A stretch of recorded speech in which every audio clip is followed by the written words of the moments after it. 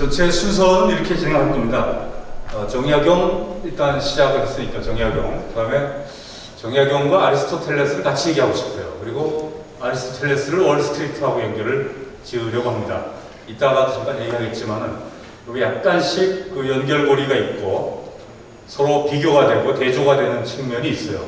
그래서 처음에 저한테 주어진 제목은 글로컬 시대 이렇게 나갔는데 좀 밋밋한 측면도 있고, 그리고 그걸 가지고는 도저히 청중을 사로잡기는 고사하고 밥 먹고 자기 좋게 되는 분위기라서 그렇게 하고 조금만 튀어왔습니다. 이 제목도 그렇고 목차도. 그 다음에 어쩔 수 없이 저한테 주어진 주제가 경북대학교하고 경북대학교 학생이거든요. 초반은 이렇게 좀 몸이 건조하더라도 좀 어느 정도 발판을 까는 게 중요할 것 같아서 일단은 우리 대학, 그 다음에 우리 대학 학생으로서의 어떤 자세 이런 걸 얘기를 해보려고 합니다. 자리 찾기, 과연 자리가 잘 찾아질지 모르겠어요. 당장 이 방에도 자리를 전부 구석에만 찾아가서 앉으시네. 가운데 앞에는 착 비워놓고 시원하게.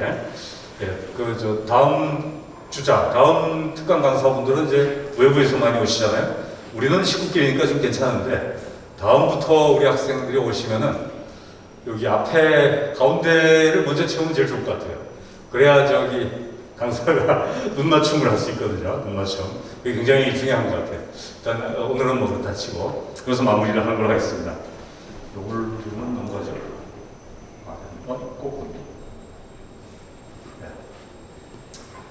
이 세 분을 한번 얘기를 잠깐 해봅시다. 순서대로. 정약용 선생님은 아시다시피 18세기에 사셨고, 아리스토텔레스는 굉장히 오래됐죠. 고대 그리스. 이 두 사람은 어떻게 비교할 수 있을까 생각을 해보세요. 이 당장 비교가 되는 게 모자가 다르죠, 모자. 이 전통 모자. 이 학생들 중에 아마 킹덤 본 학생들이 많을 텐데, 킹덤 본 사람. 킹덤 못 봤어요? 넷플릭스에 있는 킹덤? 좀비 나오는 영화. 그거 굉장히 재밌는데.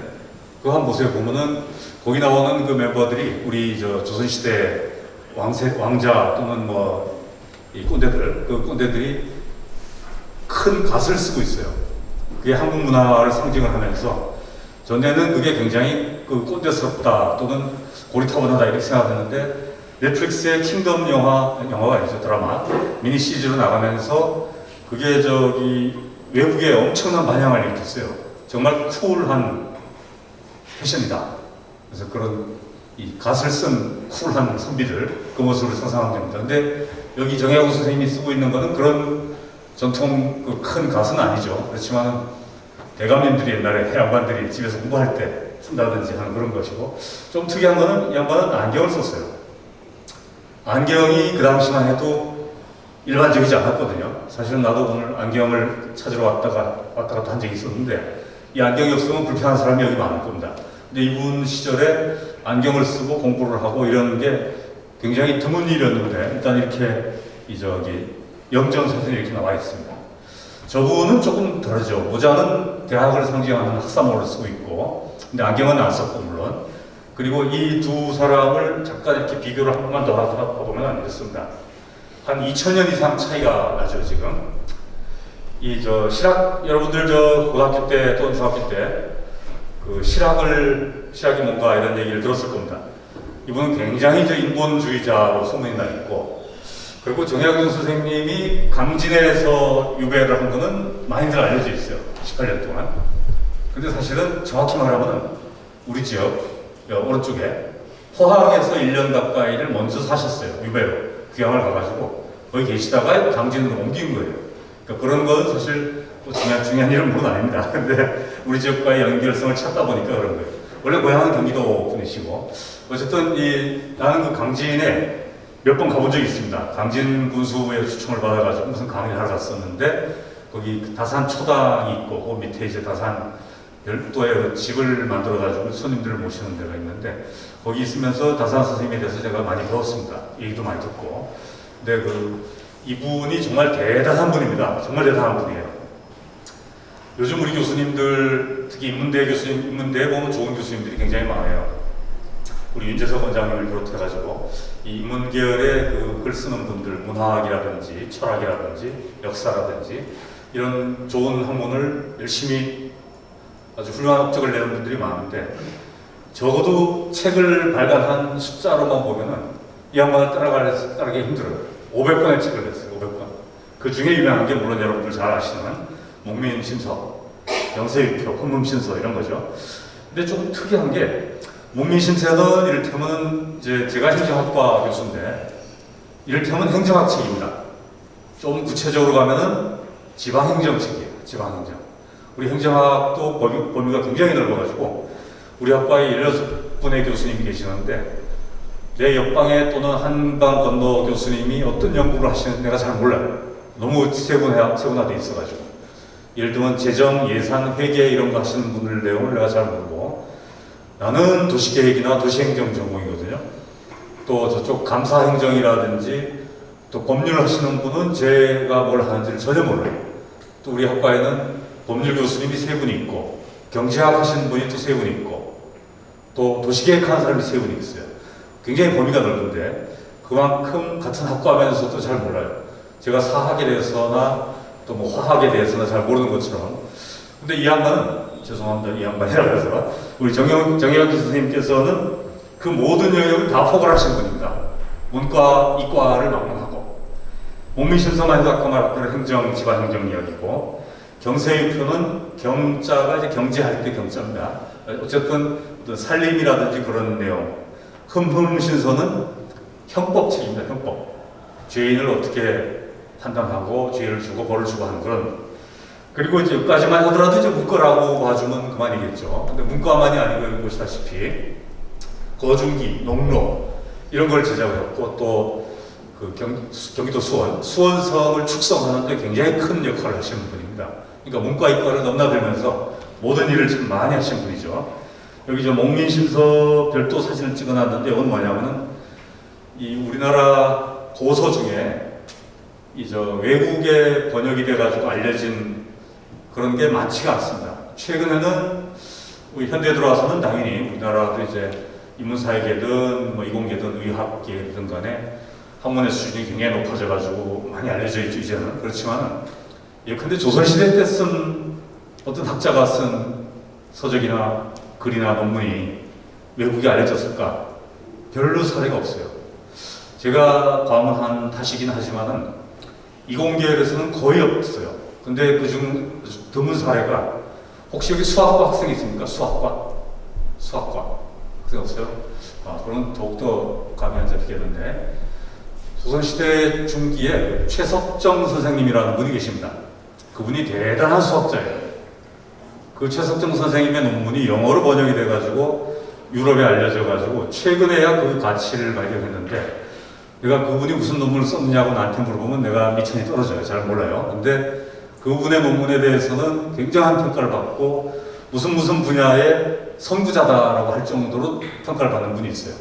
그런 예외적인 케이스를 제외하고는 우리나라 조선시대 또는 이전은 물론이고 이런 그 세계적으로 알려진 분이 별로 없어요. 근데 바로 이 정약용 선생님은 이 목민심서가 영문 번역본입니다. 영문 번역본이고 그저 호남대학의 모 교수님께서 번역을 하셨는데, 이게 우리 경북대학교 도서관에 지금 남아있어요. 혹시 관심 있는 분들, 특히 저희 행정학과 도 학생들은 한번 내 강의를 들었다고 치고 그냥 기념으로라도 한번 목민심서 한번 영문권을 배출하지 않으세요. 그러면은 굉장히 나름대로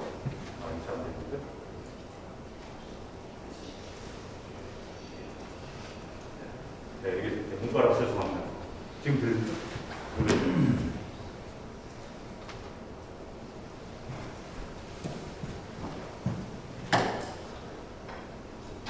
시작할게요.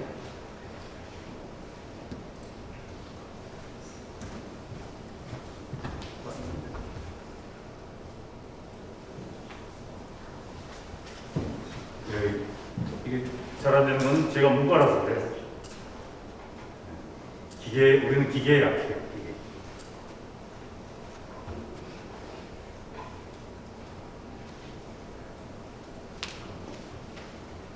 다시 펴볼게요.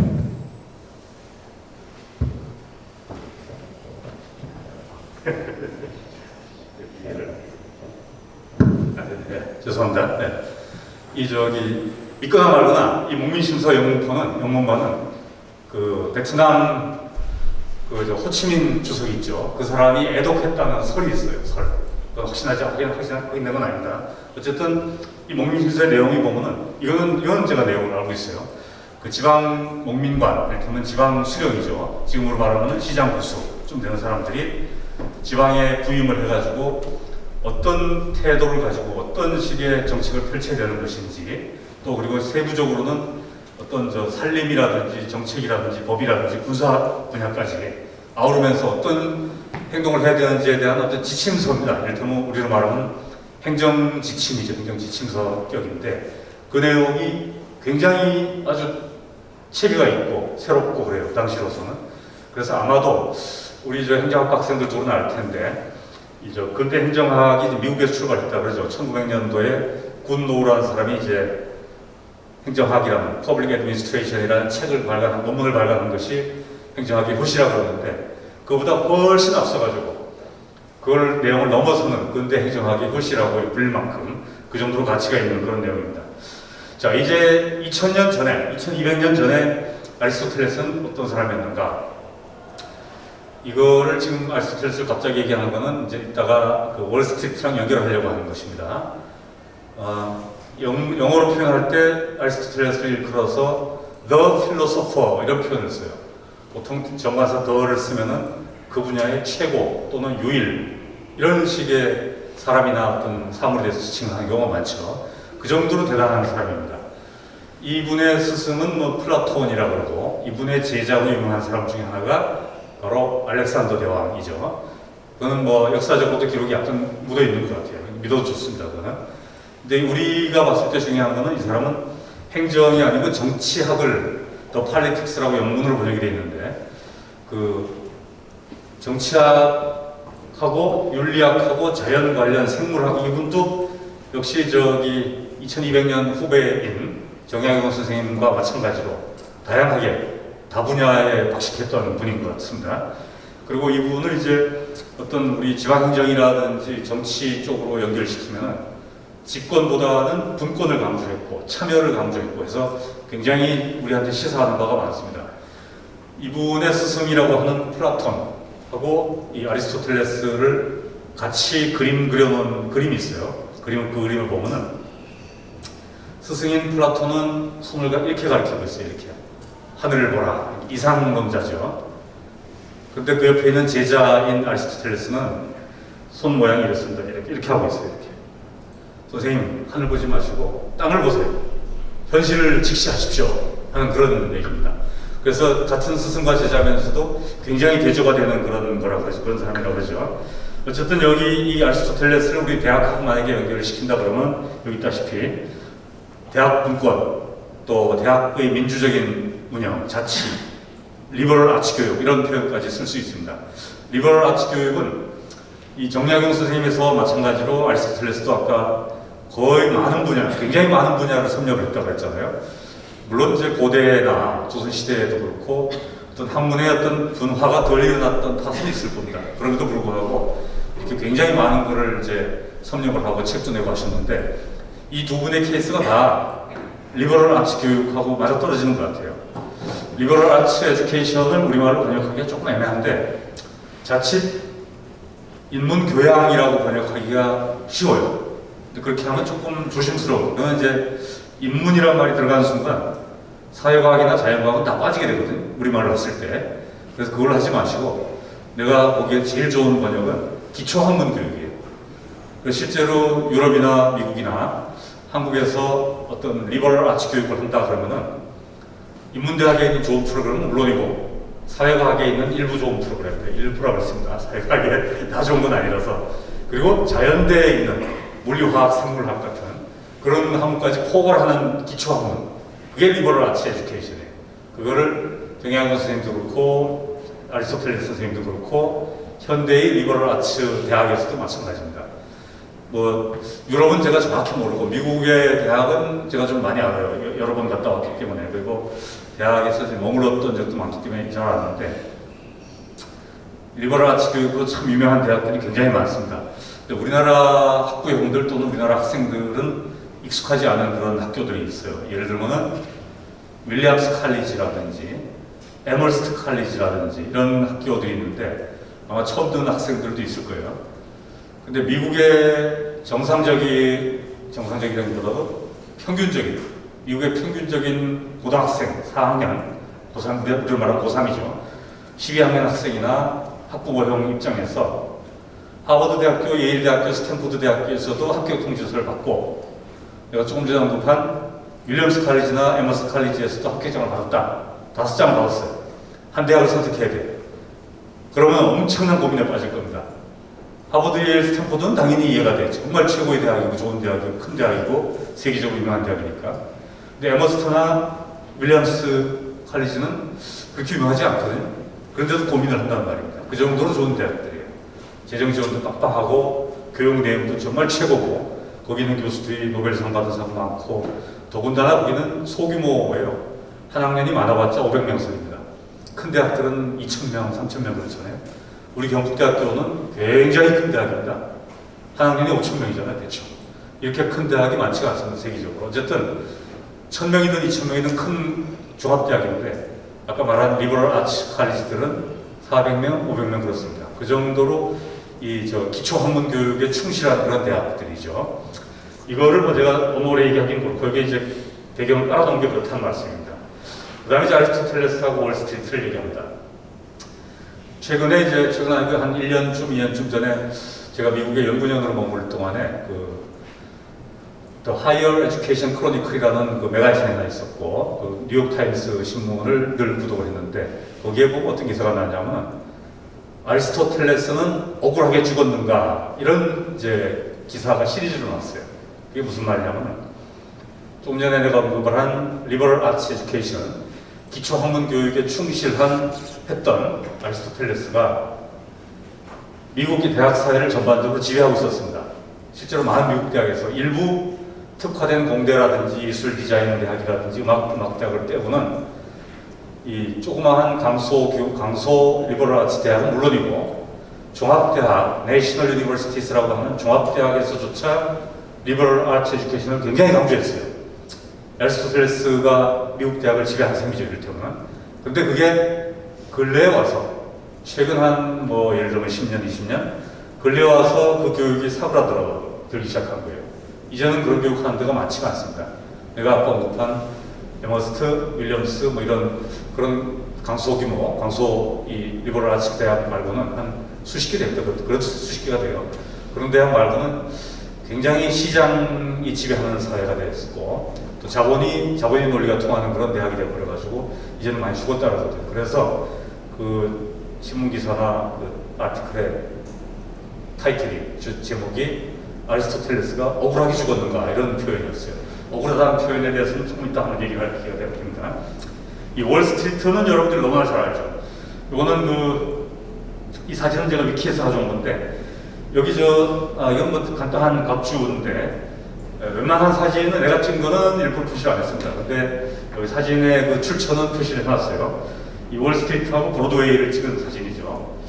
여기 월스트리트는 여기 보시다시피 왼쪽 그림, 이게 지금 표시가 되는지 모르겠는데 여기 뉴욕의 맨하탄의 남쪽 부분이에요.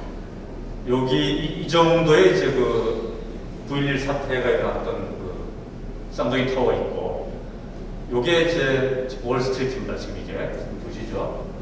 이게 옛날에 그 미국의 특히 동부 지역이 프랑스, 영국, 네덜란드 서로 나눠 가지고 있었는데 이 맨하탄 섬은 뉴욕은 특히 전체적으로 뉴욕은 네덜란드가 지배를 하고 있었어요. 그래서 뉴욕의 원래 이름은 뉴 암스테르담입니다.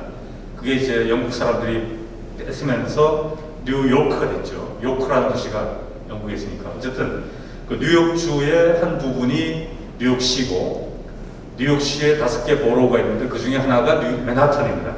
이 맨하탄의 맨 끝 부분이에요. 이게. 근데 여기 옛날 네덜란드 사람들이 여기 점령하고 있을 때 여기다가 방어용으로 벽을 이렇게 쳤어요. 이 벽이 바로 월이죠. 월. 이 벽을 걷어내니까 그 이름을 월스트리트로 바꾼 것 뿐입니다. 대구에도 이런 사례가 있죠. 대구에 나만 떠들면 심심하니까 혹시 대구에 이런 사례가 있는 어디에 있는지 아는 사람 있어요? 학생들 중에? 어른들 빼고 학생들 중에 월스트리트하고 비슷한 이름 유래를 지닌 곳이 어딜까요? 여기 있는 학생들만 해도 저 나이가 들어가지고 연식이 돼가지고 안 갈지 몰라요. 동성로. 동성로는 요즘에 중딩 고딩들이 그 휘어잡았다는 얘기를 들었습니다. 동성로가 대구 읍성이 있는데 동쪽에 있는 성이 읍성 터의 길이에요.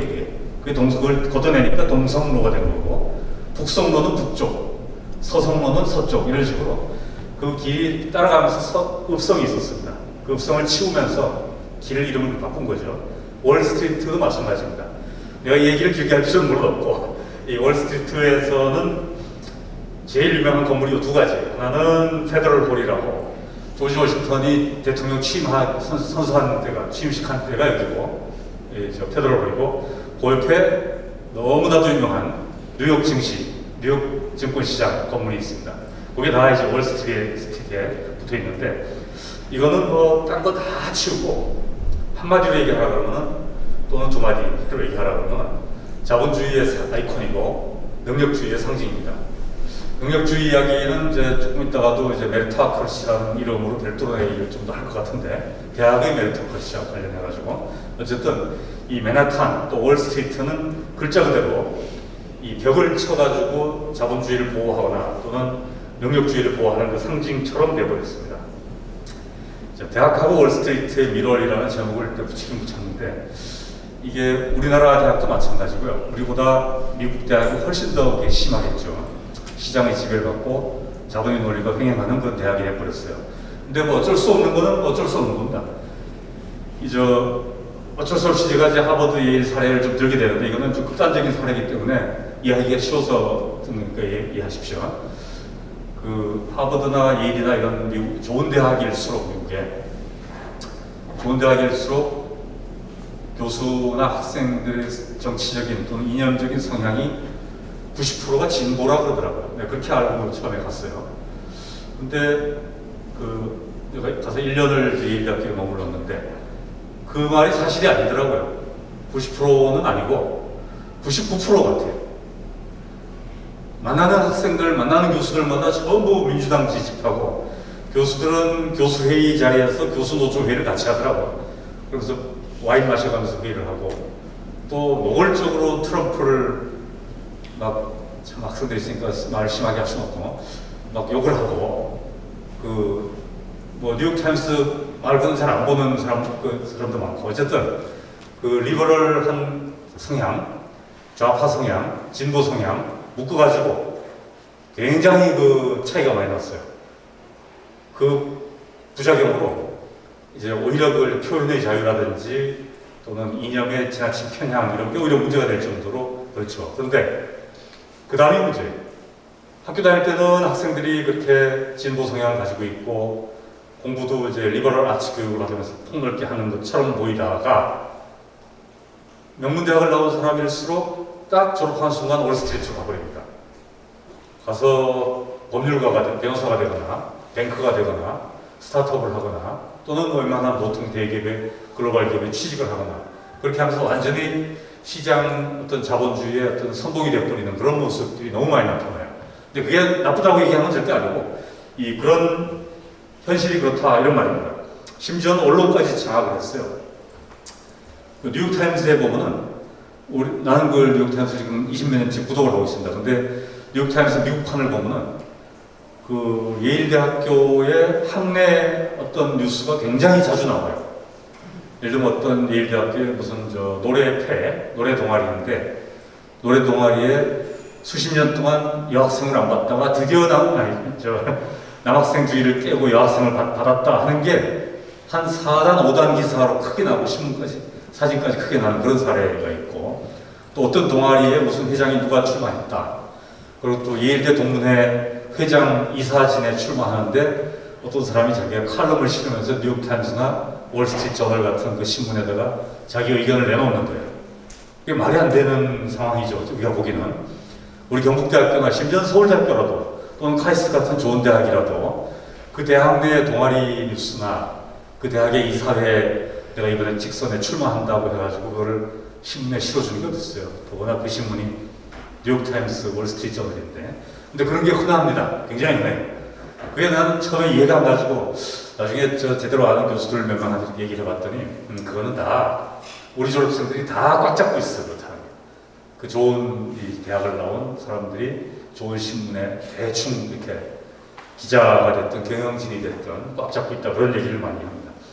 어쨌든 이런 게 이 모든 걸 묶으면 결국은 이제 대학과 자본, 대학과 시장, 그리고 대학과 능력주의, 메리토크라시하고 연결되는 경우가 많겠죠. 내가 굳이 능력주의라는 말과 메리토크라시를 같이 쓰는 이유는 있습니다. 요즘 능력주의 담론이 그야말로 한국을 지난 몇 년 동안 지배해왔어요. 지배했다는 말은 취소, 지배는 아니고 굉장히 많이 알려졌죠. 미국에서도 마찬가지입니다. 이 메리토크라시라는 키워드를 넣어가지고 뉴욕타임스를 검색을 하면 엄청나게 많이 나옵니다. 최근 한 5년 정말 심했어요. 심했다는 건 부정적인 의미가 있으니까 심했다는 말 말고 정말 많았어요. 아주 굉장히 많았습니다. 한번 여러분들 테스트 한번 해보세요. 근데 이걸 번역을 할 때 조금 조심스러운 게 능력주의라고 번역을 하면은 능력이라는 말 자체에 굉장히 긍정적인 의미가 담겨 있잖아요. 그리고 능력이 있으면서 노력을 안 하는 사람 이런 표현처럼 노력과 대비가 돼요. 또 능력이 있으면서 성과를 못 내는 사람, 성과를 잘 내는 사람 있잖아요. 그거하고도 연결이 잘 안 돼요. 왜냐하면 이 메리토크라시에는 능력 더하기 노력 더하기 성과 이 세 가지를 다 묶어서 얘기할 때 가장 정확한 표현입니다. 이게.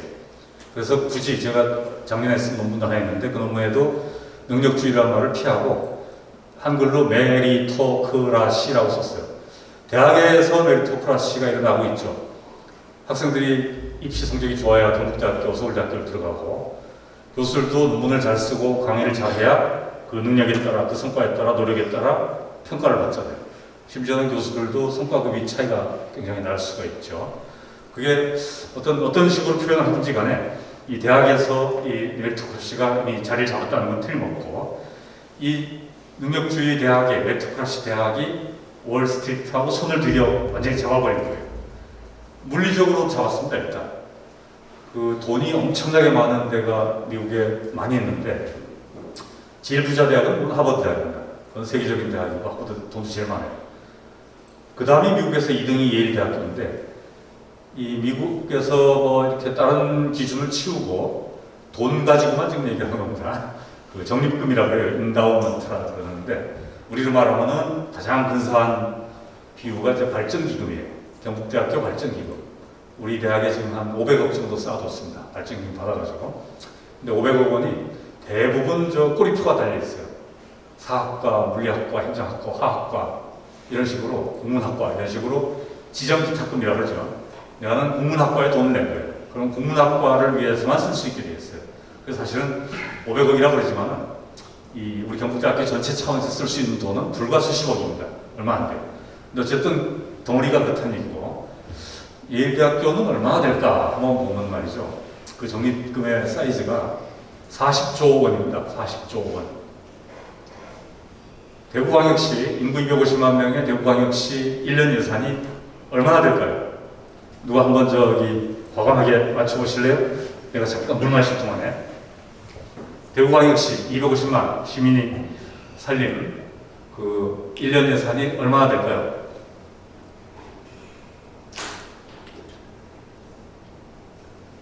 누가 근사하게 맞추면 선물 줍니다. 정말입니다.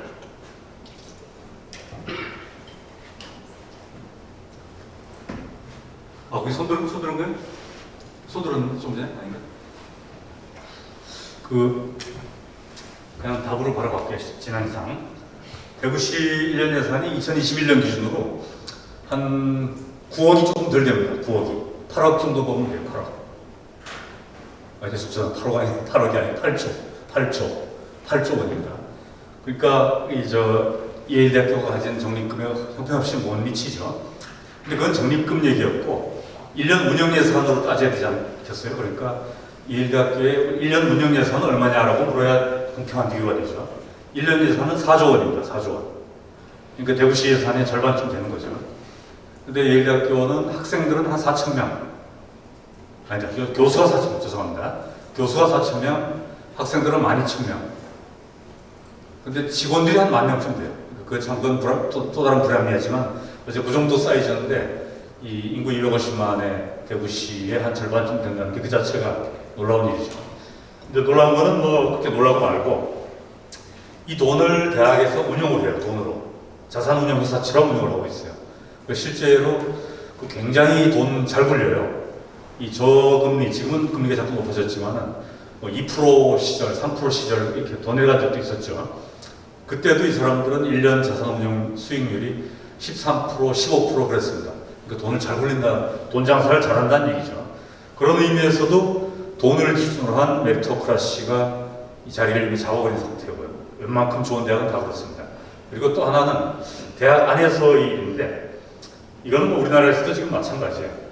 자본에 관심이 있는 학문 영역이 있을 수 있고, 별로 뭐 무관심한 데가 있지 않습니까? 마음이 아픈 얘기지만, 이를테면 문사철이라고 보통 얘기하는 그 인문계열은 적어도 그 기업 부문에서나 시장 부문에서는 그렇게 인기가 있는 쪽은 아니죠.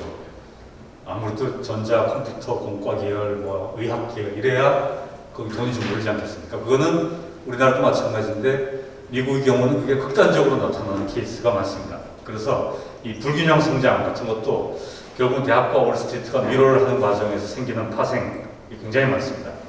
이런 거는 그냥 넘어가겠습니다. 자, 이제부터는 우리 경북대학교 얘기를 좀 해야 됩니다. 일단은 한번 밑밥 비슷하게 깔아놨다고 치고 이제부터는 이제 경북대학교 얘기할게요. 이 강의의 첫 번째는 이제 경북대학교고 두 번째는 이 경북대학교 학생이라고 했습니다. 우리 경북대학교에 대해서 여러분들이 굉장히 잘 안다고 생각을 할지 몰라요. 학생분들은, 어른들, 교수들, 직원들, 선생님들은 많이 아시겠지만 학생들은 그냥 막연히 알 것 같아요. 이렇게 일단 뭐 큰 덩어리만 보면 들었습니다. 우리가 35,000명의 구성원이 있어요. 굉장히 큰 대학입니다. 학생 수 기준으로는 공립대학 중에서는 1등이고 국립사립 한 200개가 넘는 대학이 있는데 종합대학으로 그 중에서도 만만치 않아요. 내가 직접 따져보지는 않았는데 아마 탑5 안에 되지 않을까 싶어요. 경희대학교 같은 데가 좀 많고 서울에 있는 대학에서 좀 많다 그러는데 우리도 못지 않습니다. 학생 수 기준으로. 그러니까 우리는 가진 게 애들 뿐이다 이런 말을 하는 거예요. 어른들은 별로 안 많습니다. 어른들은 1,300명이 조금 덜 되는데 부산대학교보다도 적어요, 숫자가. 서울대학교는 우리 2배쯤 됩니다.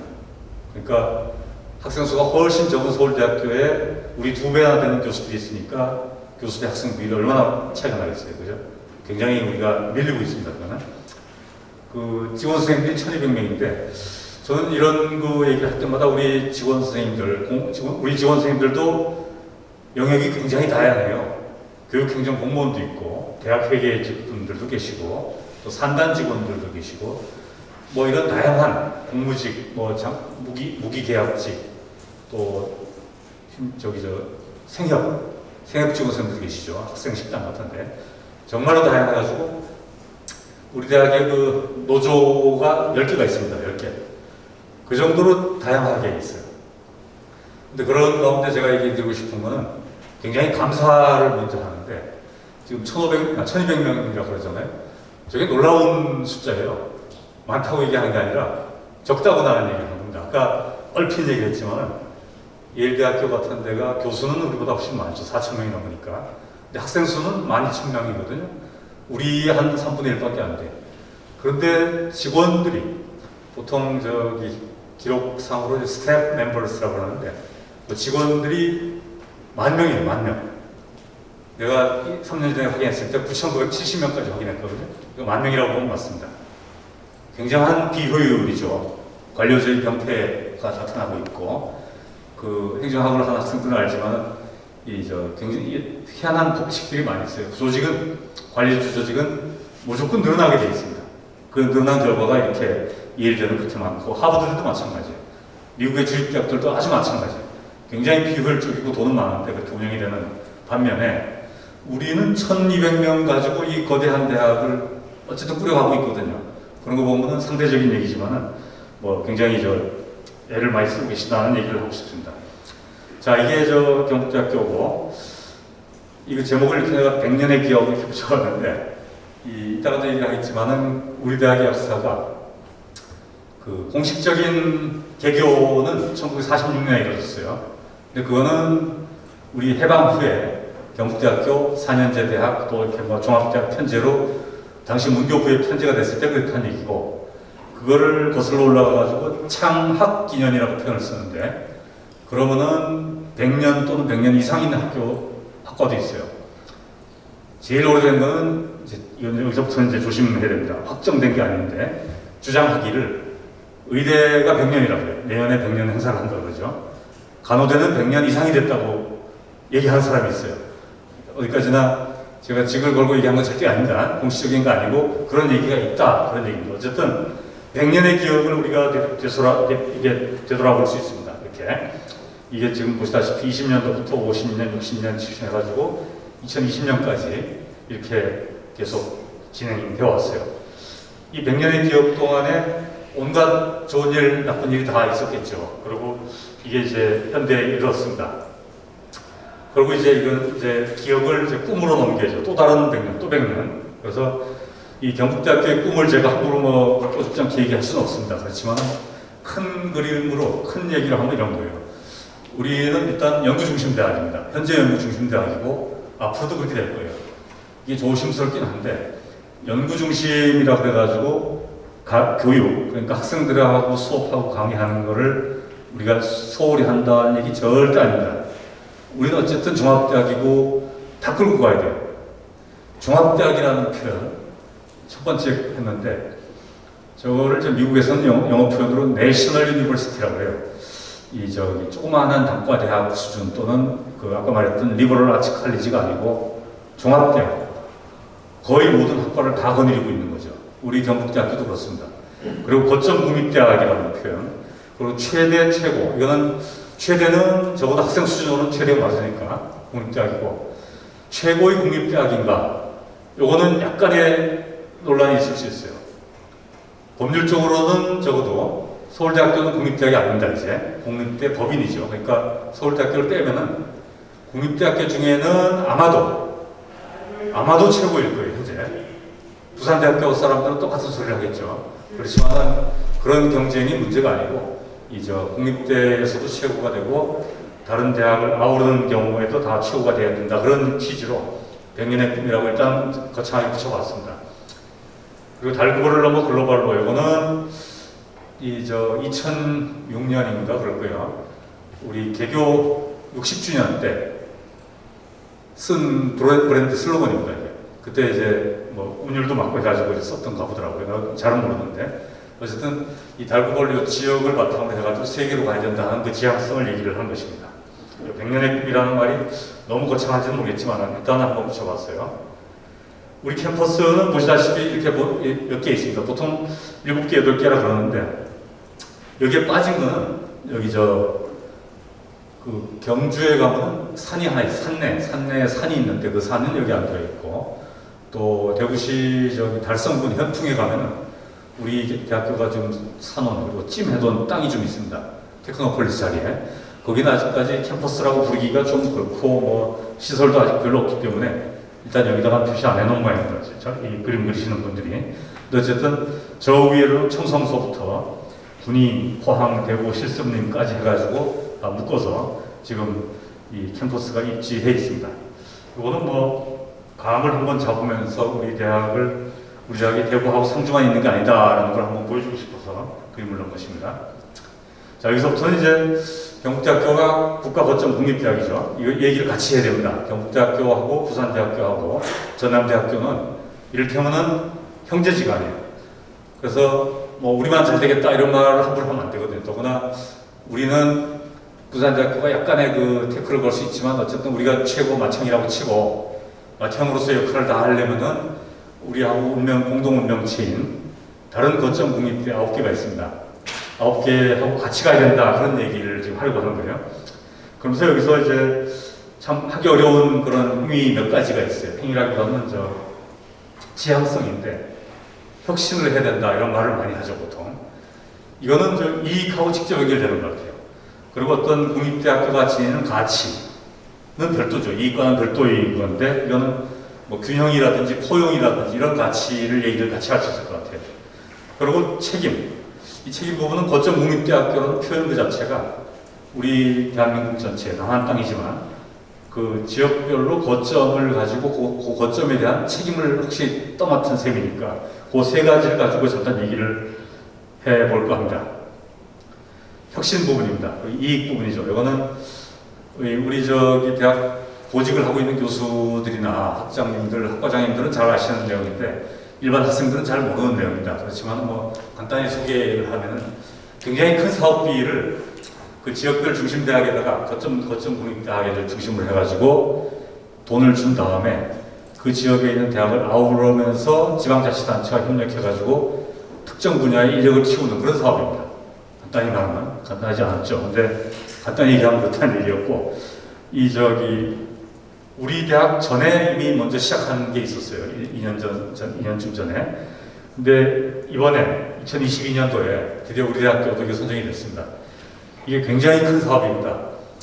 우리 대학의 경우는 그 5년 동안 3,300억 원을 받게 되어 있습니다. 3,300억이면 굉장히 커요. 우리 대학 1년 예산, 대학 회계 예산이 3,300억 정도 되니까 1년 예산 전체를 별도의 돈을 받은 거나 마찬가지예요. 그거를 정말로 많은 노력을 해가지고 이번에 받았어요. 작년에는 떨어졌는데. 근데 이 3,300억 원이 다 경북대학교만을 위해 쓸 수 있는 것이냐? 그건 아닙니다. 우리 대학은 대구 경북의 23개 대학의 맏형이에요, 맏형. 사이즈도 제일 크고, 어떤 권위도 제일 높고, 이름도 제일 높고, 어떤 다양한 연구 실적, 교수님들의 또는 학생들의 이 수준을 봐도 최고이고 해서 이 맏형 역할을 당연히 맡게 되어 있는데, 그 맏형으로서의 역할을 하려다 보니까 나머지 22개 대학과 다 같이 가야 됩니다.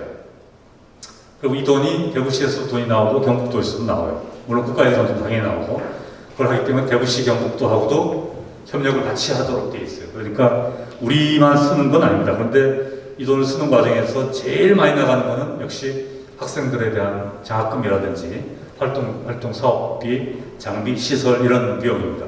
이 사업비가 교수들이 추가로 돈을 버는 수단으로는 절대 이용이 되지 않습니다. 어쨌든 이게 글자 그대로 지역 혁신 플랫폼이거든요. Regional Innovation.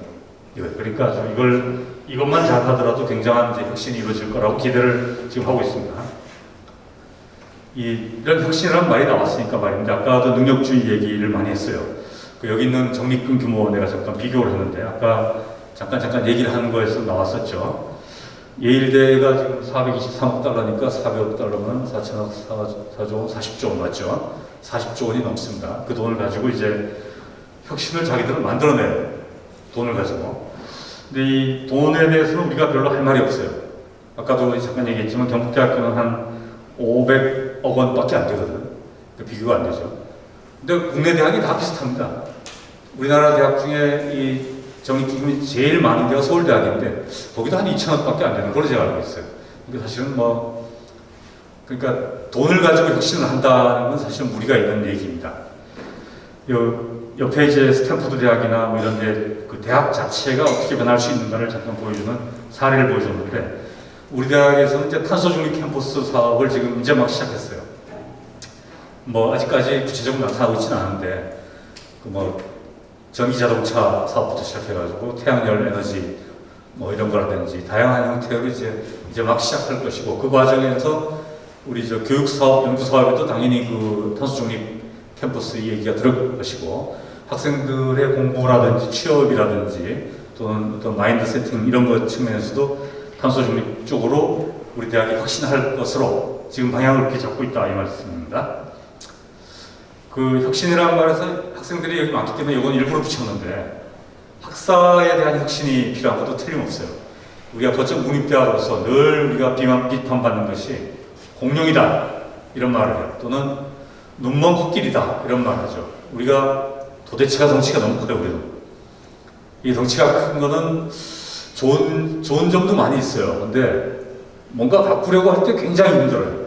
그래서 사실 저는 개인적으로나 우리 대학 공부에서 지금 하고 있는 어떤 맥락에서나 요즘 참 힘든 일이 많아요. 많은 것 중에 하나가 바로 학사 혁신 부분이에요.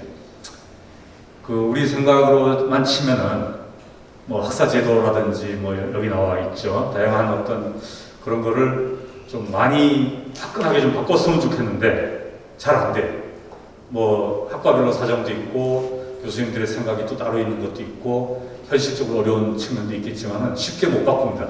너무 덩치가 커가지고 한번 움직이려면은 앞다리 왼쪽 다리가 나갔는데 뒷다리는 계속 저쪽 멀리 있는 그런 경우, 그런 느낌을 참 많이 받습니다. 이게 저 세계적인 흐름은 근데 어쨌든 누가 뭐라 그래도 열고 오픈하고 커넥트하고 그리고 쉐어하는 거예요. 공유하는 거예요. 이거는 움직일 수 없는 흐름입니다. 여기 나와 있는 사례들, 무크라든지 오픈 코र्स라든지 OCW, 심지어는 인스타그램 같은 걸로도 요즘에 교육으로 활용하는 것이 많아가지고 미네르바 대학의 사례는 유명하죠. 이건 뭐 그 뉴스나 이런 데는 많이 나와 있을 텐데 우리 학생들이 아마 직접 경험해보지는 못했을 것 같습니다. 이런 비슷한 사례를 조금이라도 이제 경험할 수 있는 그런 시간이 또는 경우가 됐으면 좋겠는데, 우리 지역에서도 바로 예를 들면 디지스트 같은 데는 학생들 1학년을 받을 때 학과 구분이 전혀 없어요. 뭐 학과로 받습니다. 그래도 나도 참 그것도 괜찮다 싶은데 그러면 또 학내 반란도 있을 수 있고 또 당연히 저 예상되는 부작용도 있을 수 있으니까 함부로 할 수는 없죠. 그리고 자꾸 저 예일대학교 얘기를 했습니다. 한데 예일대학교에서는 2학년 또는 3학년 또는 4학년 초에까지 학과를 바꿀 수 있는데 바꾸는 시간이 30초 걸린다 그러죠. 이거는 예일대 학생하고 직접 얘기해보는 얘기입니다.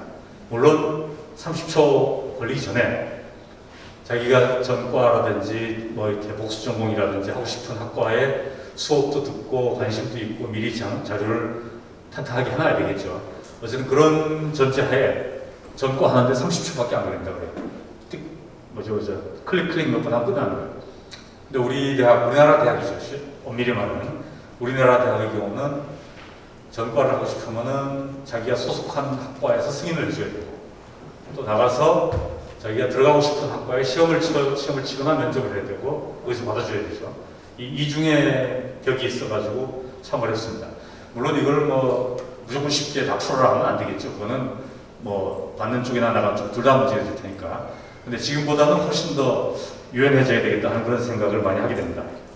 자, 어쨌든 우리 학교도 뭐 완전히 눈먼 코끼리라기보다는 나름대로 이 코끼리 몸집을 또는 공룡 몸집을 이용해가지고 조금씩 움직이려고 노력을 하고 있어요. 그 노력의 한 부분이 예를 들면은 용합학부, 또 데이터 사이언스 대학원 이런 게 있습니다. 그리고 2023년도 내년부터 신입생을 뽑는 학과인데 AI 융합학과가 있어요. 저거는 AI 공동학과라고 합니다. 공동학과. 부산대학교하고 경북대학교가 합쳐가지고 학부 신입생을 내년 3월부터 뽑습니다. 이런 노력이 아주 미미한 노력이에요. 큰 흐름에 뭐 엄청난 영향을 줄 만한 건 아닌데 어쨌든 미미한 흐름이지만은 코끼리에 머물지 않고 뭔가 좀 활력을 찾으려고 하는 그런 시도 중에 한 시도입니다. 아까 좀 전에 제가 말씀드렸듯이 전과를 좀 유연하게 한다든지 다전공을 좀 학생들이 많이 했으면 좋겠어요. 근데 그러려면 학생들한테만 맡기면 되는 게 아니죠. 전공 학점을 조금 낮춰야 되는데 그 낮추니까 역시 만만치 않습니다. 여러 저항도 있고 뭐 현실적으로 어려움도 있고 법령 또는 규정을 바꿔야 되는 문제도 있고 해가지고 지금 굉장히 힘든 상태인데 어쨌든 그 학생들로 하여금 너네 복수 전공 많이 해라, 연계 전공, 융합 전공 많이 해라고 다그칠 것이 아니라 학교에서 그 시스템을 최소한을 만들어줘야 되겠죠. 그 만들어주는 노력을 지금 하고는 있습니다. 예를 들면은 교육과정 개편에서 일부 들어갔는데 학과별 뭐 최소 전공 학점을 낮춘다든지 어떤 다양한 형식으로 그런 수단을 만들고는 있어요. 예, 그런 정도까지만 얘기하겠습니다. 섹션은. 자, 두 번째는 이제 가치입니다. 가치. 아까는 이익이었죠. 이익이고 이거는 가치. 인터레스트하고 밸류는 조금 확 다르게 받아들여야 되겠죠. 여기 제가 지금 전남대학교하고 부산대학교 얘기를 하는데 당연히 민주화운동 관련해가지고 굉장히 대학이 큰 역할을 하는 그런 사례를 보여주고 있습니다. 전남대학교는 뭐 광주 민주항쟁운동부터 시작해가지고 또 부산대학교는 북마민주항쟁 관련해가지고 물리적인 흔적도 많고 기록 관리도 굉장히 잘하고 있어요. 거기서는. 그리고 뭐 나름대로 이런 정신적인 면에서도 많이 좀 신경을 쓰고 있는 것 같습니다. 그런 부산대 전남대의 사례를 넘어가지고 대학이 가지는 가치를 한번 생각해보면 민주, 정의, 다양성, 다양한 가치가 있죠. 그리고 대학 자치를 빼놓을 수가 없습니다. 우리 경북대학교도 마찬가지인데 중세 유럽에서 대학이 맨 처음 생길 때 그 대학의 어원, 유니버시티하고 칼리지라는 어원이 여기서 많이 비롯됐다 그러죠. 유니버시티는 학생총회고 칼리지는 교수조합. 그 두 개가 묶여서 오늘날의 현대 대학이 된 거예요. 우리 경북대학교도 마찬가지 같아요. 지금 교수회, 우리 원장님이 교수회 의장 하셨습니다만 교수회가 있고 우리 대학 교수회는 전국의 어느 대학에 비교해도 뒤지지 않을 만큼 좋은 전통을 가지고 있어요. 학내자치, 대학민주화의 전통을 가지고 있다는 점에서 학생들도 그거는 자부심을 가져줬습니다. 물론 지금은 약간 좀 과도기인 것 같은데 학생회도 마찬가지입니다. 우리 총학생회가 참 나름대로 큰 역할도 하고 일도 많이 했는데 참 마음이 아픕니다. 지금 총학생회가 없어요.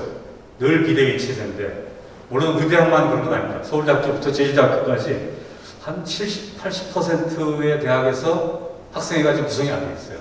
비대위 체제죠. 굉장히 마음이 아픕니다. 그래서 학생회든 교수회든 빨리 정상화됐으면 좋겠습니다. 어쨌든 그런 의미에서 대학 자치를 얘기하면서 우리 경북대학교 얘기를 한 것이고 이 균형의 가치를 얘기하는 것은 균형이란 말은 여러 차원에서 볼 수 있겠죠. 보통 얘기하는 건 지역적 균형입니다. 수도권 집중을 타파하기 위해서 전국권으로 공공기관도 내려보내고 행정도시도 만들고 이런 작업은 이루어지고 있는 것이고 학문 간의 균형도 굉장히 중요한 것 같아요. 이 대학에서 특별히 이거를 신경을 써야 되는 것 같습니다.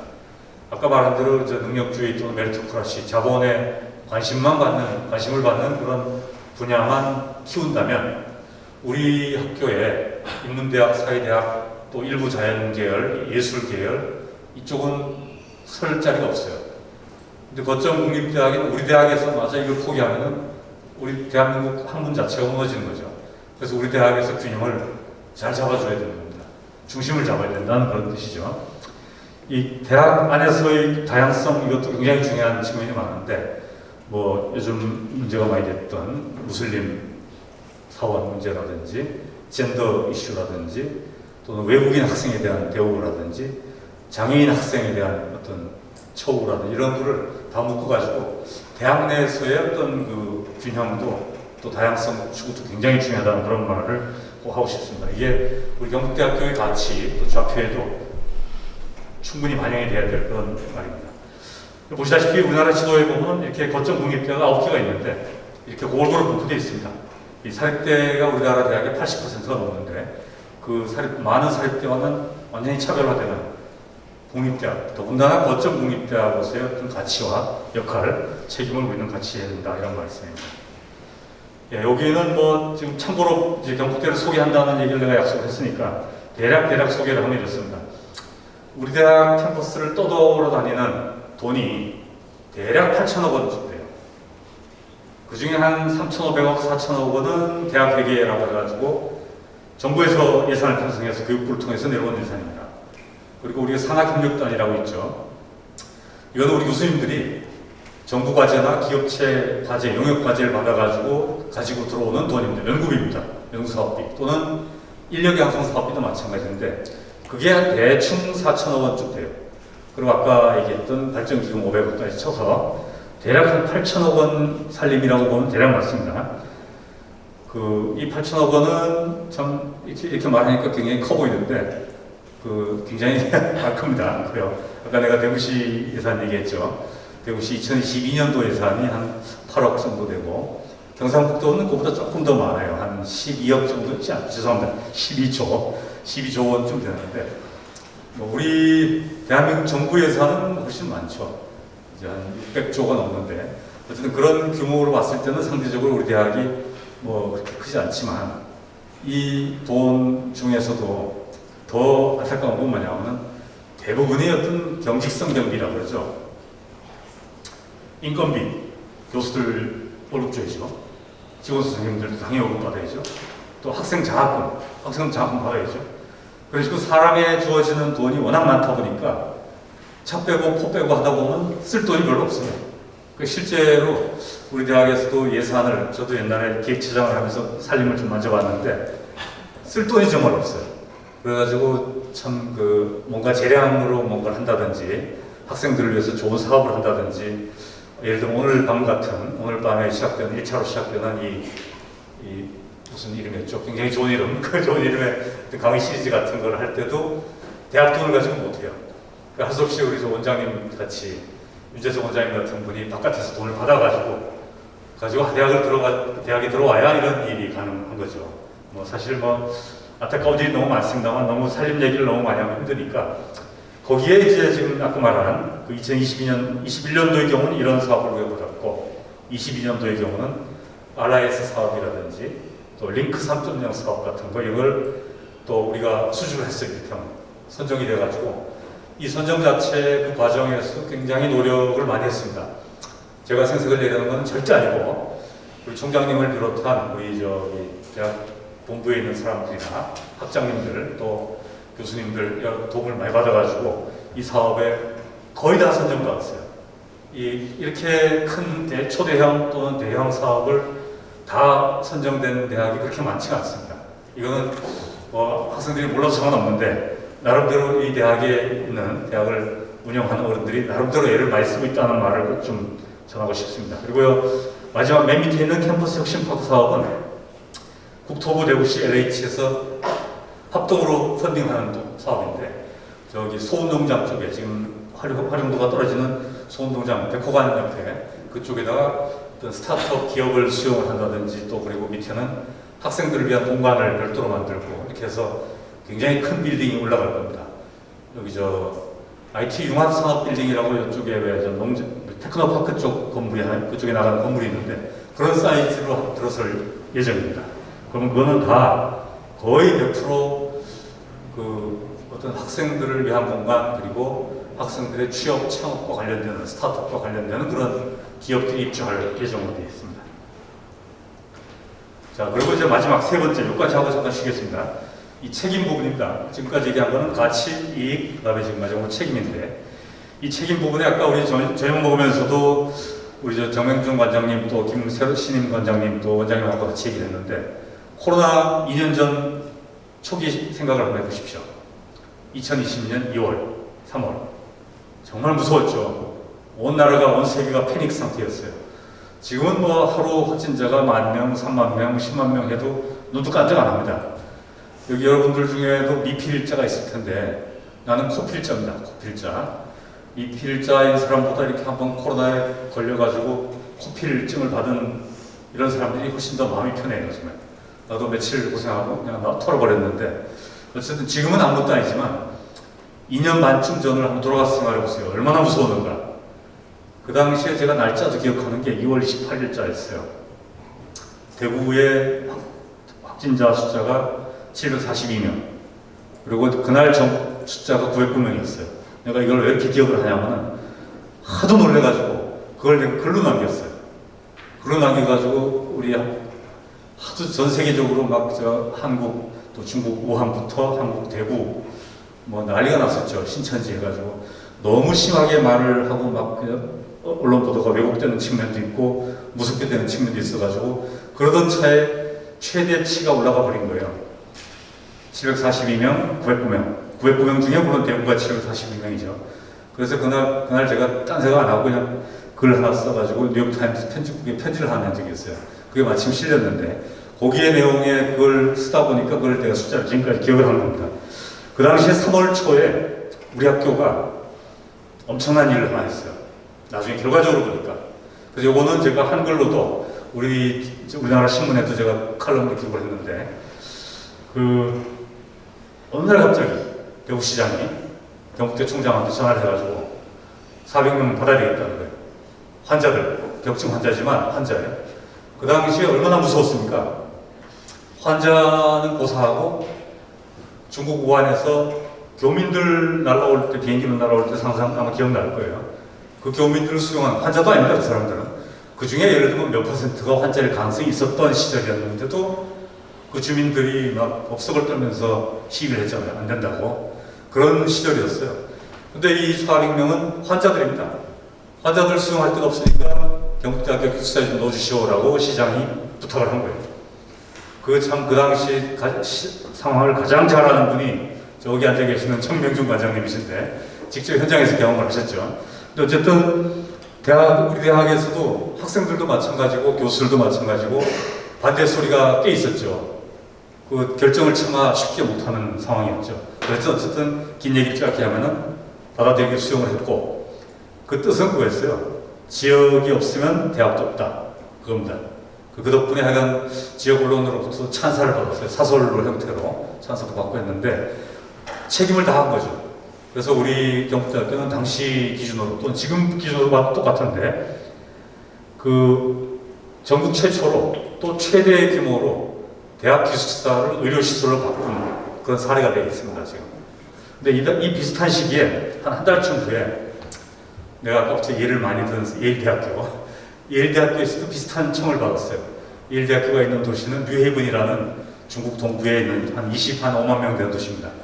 그 뉴헤븐시에 예일대학교가 있어요.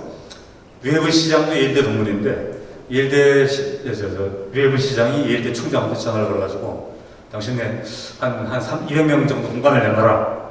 환자가 아니에요. 환자 공간이 아니고 그 first responders라는 표현을 쓰는데 그러니까 최초 대응 집단이죠. 뭐냐면은 간호사 또 소방관들 이런 두 집단이에요. 이 두 집단이 그 비상 상황에서 머무를 공간으로 예일대학교 기숙사가 마침 또 도시 한복판에 있으니까 그거 좀 내놔주시오 했는데도 예일대 총장이 거부를 했어요. 예일대 의견을 들었다. 안 된다고. 그 대신에 우리는 100만 달러 줄게. 실제 100만 달러 였습니다. 100만 달러 줄게 해가지고 100만 달러 먹고 떨어져 하는 식이었죠. 그래서 난리가 났습니다. 거기서. 자기가 졸업한 학교죠. 동문인데 예일대 동문인 그 시장부터 지역 언론부터 난리가 나가지고 예일대를 비판하고 막 엄청나게 떠들었어요. 그래서 결국은 예일대가 또 포기를 해버렸습니다.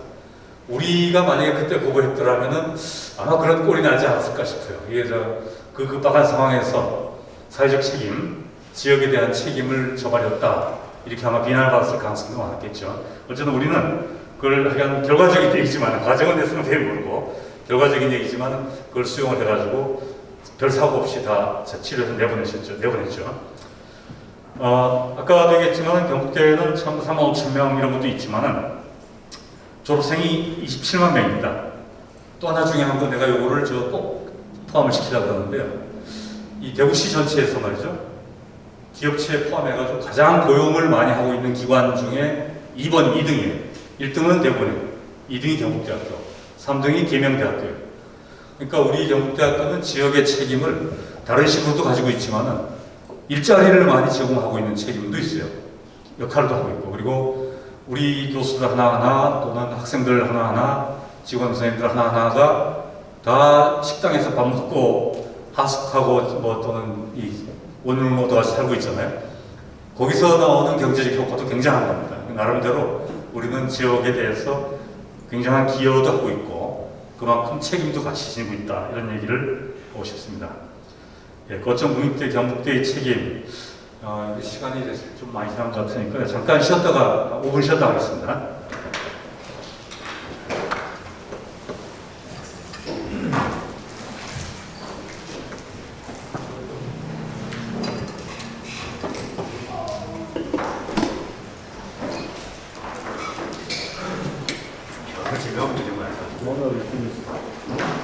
얼굴은 모르겠어요.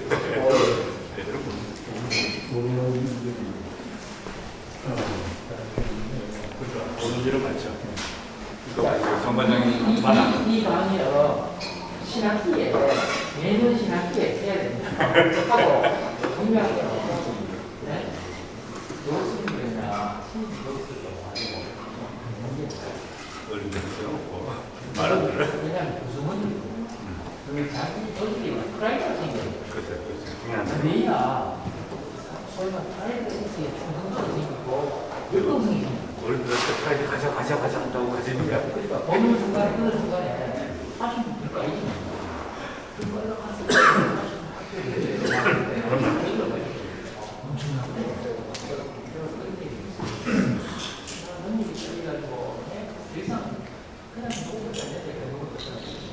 당신이 그냥 아무것도 아닌 것처럼 그 자리가 있어요.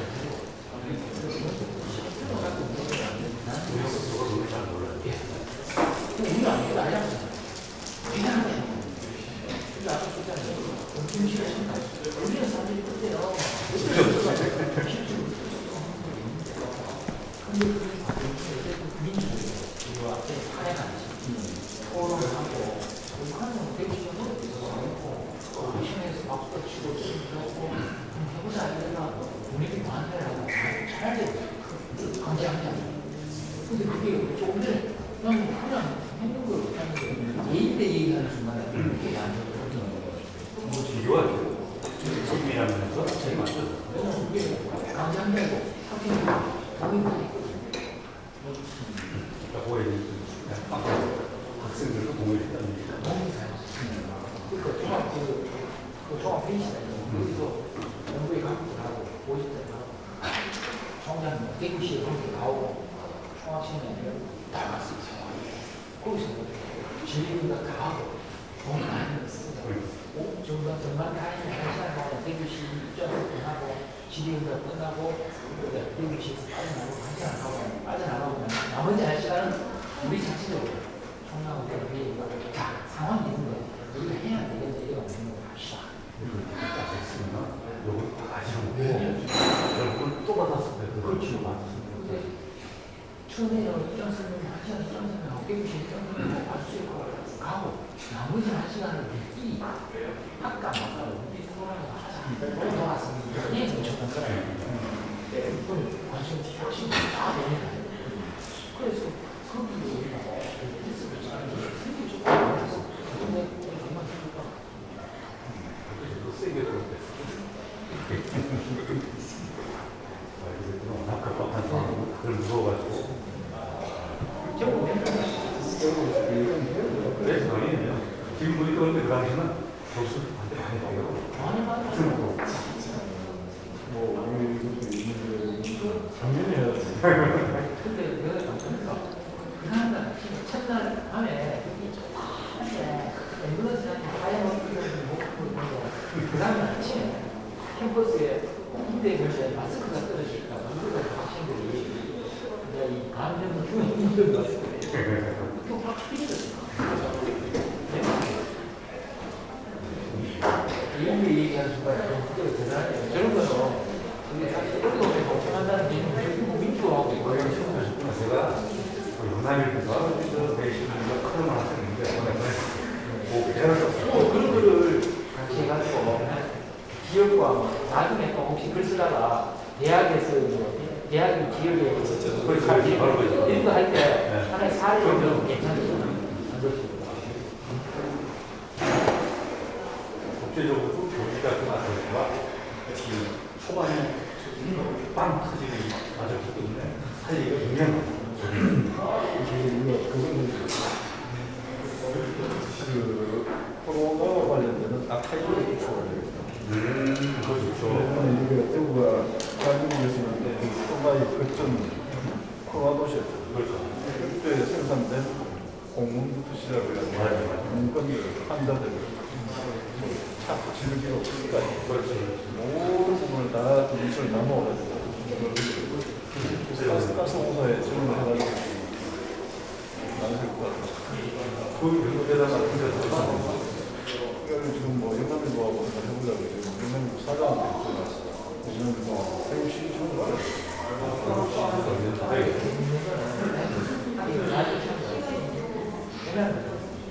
생활관리는 신천지니까 지가 신천지가 안 가르치잖아요. 잠복되고 합병 누르나보다 결론은 일요일 아침에 회의해가지고 저녁 기가 시켰어요. 나중에 저녁 기가를 다 시켰어요. 이래서 이거를 제가 목단 결정해가지고 결정하고 난 11시에 결정했거든요. 좀 보내니까 근데 오후 3시에 기자들이 찾아가요. 어떻게 대응할 거냐 어찌 보내가 그러면 그냥 내 집 비식으로 보면 되나 싶은데 여기다가 자기 주소지 원소에다가 명단을 한번다 추적 관리하고 이렇게 했거든요. 신문사에서 정말 잘했다. 그래가지고 기숙사 선생님이 오셨거든요. 그래서 그런 것 같은 경우는 저런 기숙사 비가시키고 외국인 학생들 국제교류처장 서명해낸 아들만 1인 1실에 대학원생하고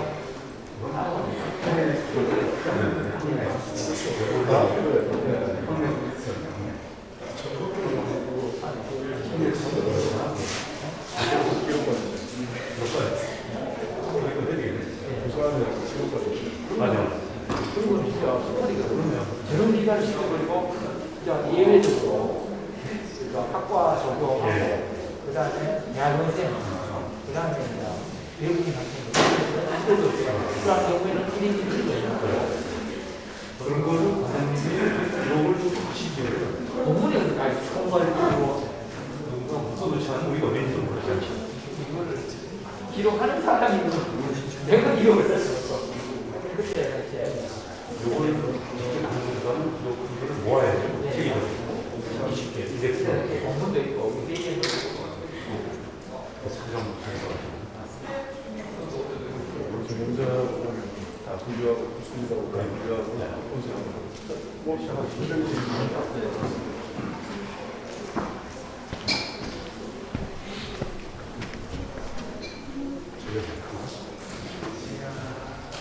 이게 제가 쓰고 말했는데 아닌 것 같아요.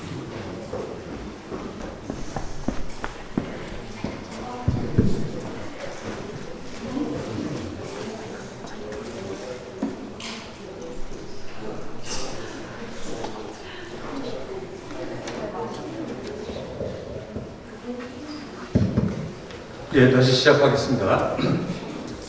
예, 내가 시간 관리를 잘 못하는가 봐요. 이게 내 원래 계획으로는 이게 지나가 있어야 되는데 휴식 시간에는 조금 빨리 하겠습니다. 우리 경북대학교에 대한 대외적인 평가 부분입니다. 이거는 여기 어른들은 잘 알고 계시겠지만 학생들은 처음 보았거나 평소에 무관심한 얘기일 수 있어요. 굉장히 조심해서 봐야 되는 게 그 신입생 입결 또는 우리 중앙언론이라든지 이런 데서 어떤 판단이라든지 평가하든지 순위를 매기잖아요. 또는 그 유튜브에 수만 엄청나게 많이 나와 있는 그런 대학에 대한 평가나 입시 자료, 진학 자료 그런 거는 굉장히 오도되고 있다는 느낌입니다. 예를 들면 우리 대학 경북대학교가 서울에 있는 중위권 대학보다 어떨 때는 떨어지는 게 나와 있는 경우도 있어요. 실제로 객관적인 입결 그 데이터로도 떨어지는 경우도 실제로 있고, 그러니까 할 말은 없는 부분이 있는데, 근데 그게 전부가 아니라는 말입니다. 그래서 여기 보면은 대외 기관, 특히 국제적인 기관에서 객관적인 자료 또는 주관적인 자료를 섞어서 판단하는 그런 평가, 랭킹, 그걸 잠깐 보여드리려고 해요. 2022년도 경우에 QS라고 하는 굉장히 좋은, 굉장히 저명한 대학 평가 기관이 있어요. 거기서 아시아 대학 평가를 했는데, 우리 대학이 국내 13위, 국립대에서 1위. 그리고 THE, 저거 THE는 이제 Times Higher Education이라는 뜻입니다. 이 영국의 그 대학 평가 기관인데 역시 국내 12위, 국립대 1위로 나와 있습니다. 그래서 빨간색으로 써놨는데 이 국제적으로 또 객관적인 평가에서는 굉장히 좋은 평가를 하고 있습니다. 여기 보시다시피 여러분 두 번째 먼저 볼게요. 두 번째는 US 뉴스 앤 월드 리포트라고 하는 미국의 굉장히 저명한 매거진입니다. 주말마다 나오는 매거진인데 거기서 베스트 글로벌 유니버시티스라 해가지고 평가를 하는데 여기서는 국내 1위, 국내 아니죠. 국내 11위를 보고 있습니다. 그러니까 이것도 나쁘지 않죠. 국립대에서는 물론 1등이고 ARW, CWR이라는 역시 그런 이제 평가 기관에서도 10위권 안팎으로 지금 평가를 계속 받고 있어요. 그리고 최근 한 2, 3년 동안 부쩍 좋아지고 있습니다. 어쨌든 그런 거는 뭐 객관적인 거니까 얘기를 자신 있게 할 수 있는 것이고 가장 눈에 띄는 게 맨 첫 번째 거죠. 세상에 우리 대학이 1등 하는 것도 있네? 이렇게 얘기할 사람이 있을 거예요. 이거는 신문에도 여러 차례 보도됐는데 신문에 보도되는 경우는 보통 우리 대학 본부에서 홍보부서에서 이제 보도자료를 줘가지고 주로 지역신문에 나오는 경우가 많습니다.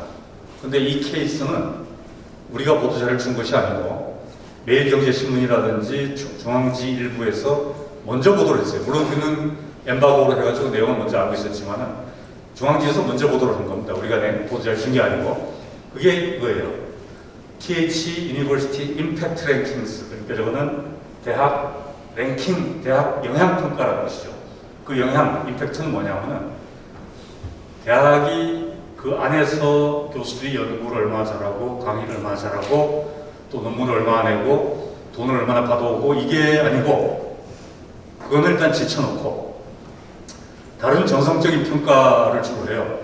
뭐냐 그러면 유엔의 그 SDG라고 여러분들 들어봤을 겁니다. Sustainable Development Goals라고 되어 있죠. 유엔의 17개 SDGs를 중심으로 지속 가능 발전에 관한 굉장히 다른 지표가 있습니다.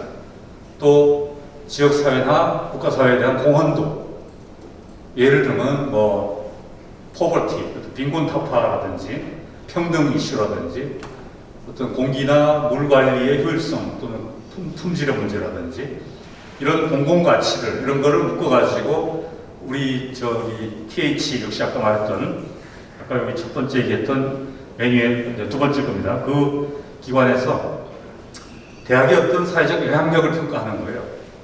그게 경북대학교가 1등을 했습니다. 이거 놀랍게도 세계에서는 13위를 했어요.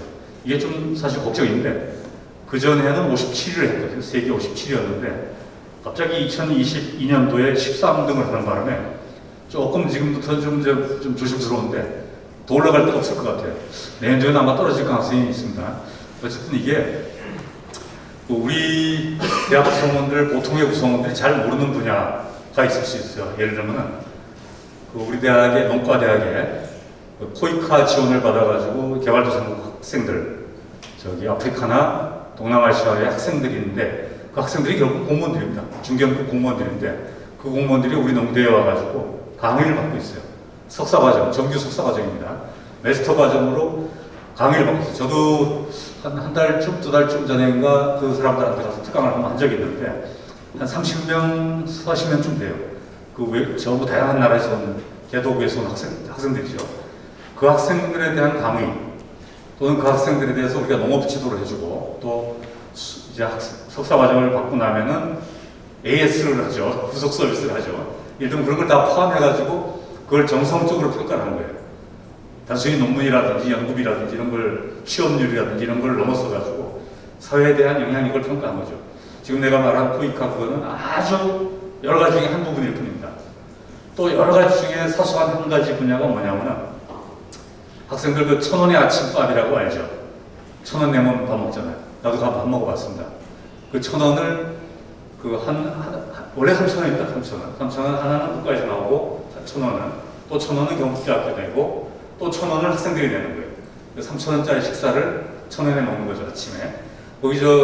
여기 계신 교수님들 어른들도 가시면 줍니다. 아침에. 근데 어른들은 값이 좀 비싸요. 근데 학생들은 1,000원이면 되죠. 그런 프로그램조차도 평가의 대상이 돼요. 이 사회에 어떤 좋은 영향을 미치는가, 공공에 대한 또는 지역사회에 대한 기여를 얼마나 하는가 이런 관점에서 평가를 받습니다. 그런 걸 묶어가지고 임팩트 랭킹에 포함이 되는 거예요. 그래서 우리가 13위를 했고 국내 1위를 했다는 게 기록할 만한 일입니다. 그러니까 일상적으로 시장의 논리라든지 아까 말했던 능력주의, 메리토크라시 기준으로 평가했을 때는 우리 대학이 뭐 12, 15위 뭐 이렇게 하다고 치더라도 아주 중장기적인 사회적 영향력, 사회적 공헌도에 있어서는 국내 1위다라는 걸 얘기할 수 있습니다. 참고로 2등이 어디냐? 연세대학교입니다. 왜 그런지는 모르겠어요. 연세대학교가 아마 사회적으로 기여를 많이 하는지 이건 모르겠는데 어쨌든 그 전에는 연세대학교가 1등이었어요. 근데 경북대학교 2등을 하다가 올해 들어가지고 순위가 바뀌었습니다. 내년에는 조금 불안합니다. 약간 떨어질 것 같은 느낌인데 자 이제 여기를 이제 휴식하고 하게 돼 있었어요. 경북대 학생 이야기입니다. 이제는 자 우리 학생들은 100년의 주자라고 그러죠. 아까 얘기했듯이 100년의 마라톤을 해왔는데 이제 강화도에 얘기했죠. 상주 캠퍼스도 100년이 됐습니다. 100년이 돼가지고 작년에 100년이 됐어요. 근데 그 어떤 이런 100년을 넘어서가지고 그 바톤을 받은 사람들이죠. 올해는 76주년인데 그래가지고 작년도 금년도 같은 경우에 인문대 70년, 법대 70년, 경상대 50년, 그리고 제가 속한 행정학부는 50주년이라 가지고 감히 행정 지천명이라는 이름을 붙였어요. 지천명 알죠? 그래서 50주년이고 해서 27만 명의 동문인데 여러분들 각자가 이제 27만 명 더하기 1명이 되는 겁니다. 자, 이런 그 경북대학의 동문들이 어떤 이제 인재상 또는 어떤 방향, 어떤 인물을 지향해야 될 것인가. 그래서 제가 처음으로 이제 맨 처음 우리 강의의 초반에 제시했던 정약용 선생님을 다시 불러왔습니다. 모셔왔는데 이 모셔와놓고서는 그대로 쓰면 안 될 것 같죠, 뭔가. 그래서 현대 버전으로 바꿨어요. 첨성인. 이 첨성인은 사실은 우리 대학의 어떤 국책 사업이라든지 아니면 대외적으로 내세울 때 이걸 꼭 내세웁니다. 첨성대 아시죠? 물론. 그 첨성대는 별을 바라보는 대인데 그거를 이제 한자를 좀 바꿔가지고 첨성인은 첨답할 때 첨자, 성은 그 뭔가 인성할 때 그 성, 죄송합니다. 첨성이 아니고 인이 그렇습니다. 인이지 인성할 때 그 성자고 뭔가 요 세 개를 묶어가지고 첨성인이라고 이제 인지상을 만들었고 그 첨성인의 어떤 요소를 보면은 대략 이렇습니다. 공동체에 대한 어떤 책임, 그 다음에 전통에 너무 얽매이지 않고 어떤 변화를 주도하는 창의, 또 실용성, 보통 동도석이라고 하죠. 사실은 이게 정약용이 월스트리트로 간다는 제목부터 동도석의 의미를 담고 있습니다. 동양 또는 아시아의 가치를 가지고 서양 또는 서구의 어떤 물질 문명을 조화시키는 그런 얘기가 되지 않겠습니까? 인본주의, 정약용 선생님은 원래부터 성품이나 글 쓰신 거 보면 인본주의가 묻어나는 그런 분이거든요. 그리고 무엇보다 이분은 공부를 많이 했어요. 책도 많이 쓰고. 물론 김대중 전 대통령께서도 이제 감옥에 있을 때 공부를 많이 했다 그러잖아요. 유배를 가서 공부를 많이 하신 건지 그건 모르겠는데 하여간 18년 동안 유배를 하면서 공부를 엄청 했습니다. 그러면서 여기 간단히 국민심세에 나오는 글귀하고 또는 일반적인 얘기에 글귀를 써놨는데 이분의 현대 버전으로 실제로 만약에 만들 수 있다면 과연 어떤 모습일까 하는 생각을 해봐요. 이상적으로는 우리 경북대학교 학생들이 공부도 열심히 하면서 이 공직자 같은 또는 공공에 대한 어떤 책임도 가지고 있으면서 그래서 창의적이고 실용적인 그런 기술도 배우고 지식도 배우고 정보도 널리 공유하면서 그 현대 정약용이 됐으면 좋겠다 하는 생각을 하게 됩니다. 아마 이 영화 보신 분 혹시 자산어보 본 사람 잠깐만 손 들어볼래요? 호기심에서. 어른들께서 혹시 보신 분 안 계세요? 역시. 자산어보 한번 보십시오. 나는 저 영화를 2번 봤는데 제일 좋은 점은 뭐냐면은 흑백이라는 거예요. 요즘 세상에 흑백 영화 구경하기 힘들어요. 근데 흑백 영화가 아주 청천연색 컬러보다 더 마음에 와닿아요. 저 왼쪽에 있는 분은 이제 정약용 선생님의 형님이에요. 그리고 오른쪽에 있는 사람은 이제 창대라고 나오는데 물론 가상의 인물이겠죠. 그 정약전 선생님하고 형님하고 정약용 선생님 동생이 거의 동시에 유배를 갔어요. 정약용 선생님은 강진 땅에 살고 정약전 선생님은 흑산도에 살아요. 흑산도. 저기 전라남도 섬이죠. 거기 이제 홍어 많이 난다는 섬입니다. 그 섬에 살면서 이제 일어나는 일, 그 중에 이 정약전 선생님이 가장 큰 업적으로 할 수 있는 거는 아마도 다른 일도 있겠지만은 참고로 참 이 두 분은 이제 조선시대 그 당시에 이제 천주교 관련해가지고 유배를 갔어요. 임금의 총애를 받든 말든 그거는 또 다른 얘기고 유배를 간 상태에서 이 일이 벌어진 일입니다. 자산어보라고 하는 어떤 물고기에 관련된 책을 쓰기 시작했어요. 정약전 형님이. 그 책을 쓰는데 도움을 준 사람이 바로 이 젊은 청년입니다. 창대라는 청년인데 이 청년이 또 재주가 대단해요. 공부도 열심히 하고 해가지고 또 이렇게 해서 이렇게 오른쪽의 모습을 변했죠. 유명한 문구가 하나 있는데 정약전 자기 스승님한테, 그러니까 스승님한테는 자기는 물고기 잡는 법이나 물고기의 생활 물고기의 성격이나 모양이나 이런 거를 가르쳐 드리고 자기는 이제 한학을 배우고 한문을 배운 거예요. 그 과정에서 어떤 애절한 것도 많고 좋은 장면도 많고 한데 나중에 결국 헤어지게 되죠. 헤어지면서 남기는 말이 이 말입니다. 지는 자산어보보다 목민심서의 길을 택하겠습니다. 그러는 거예요.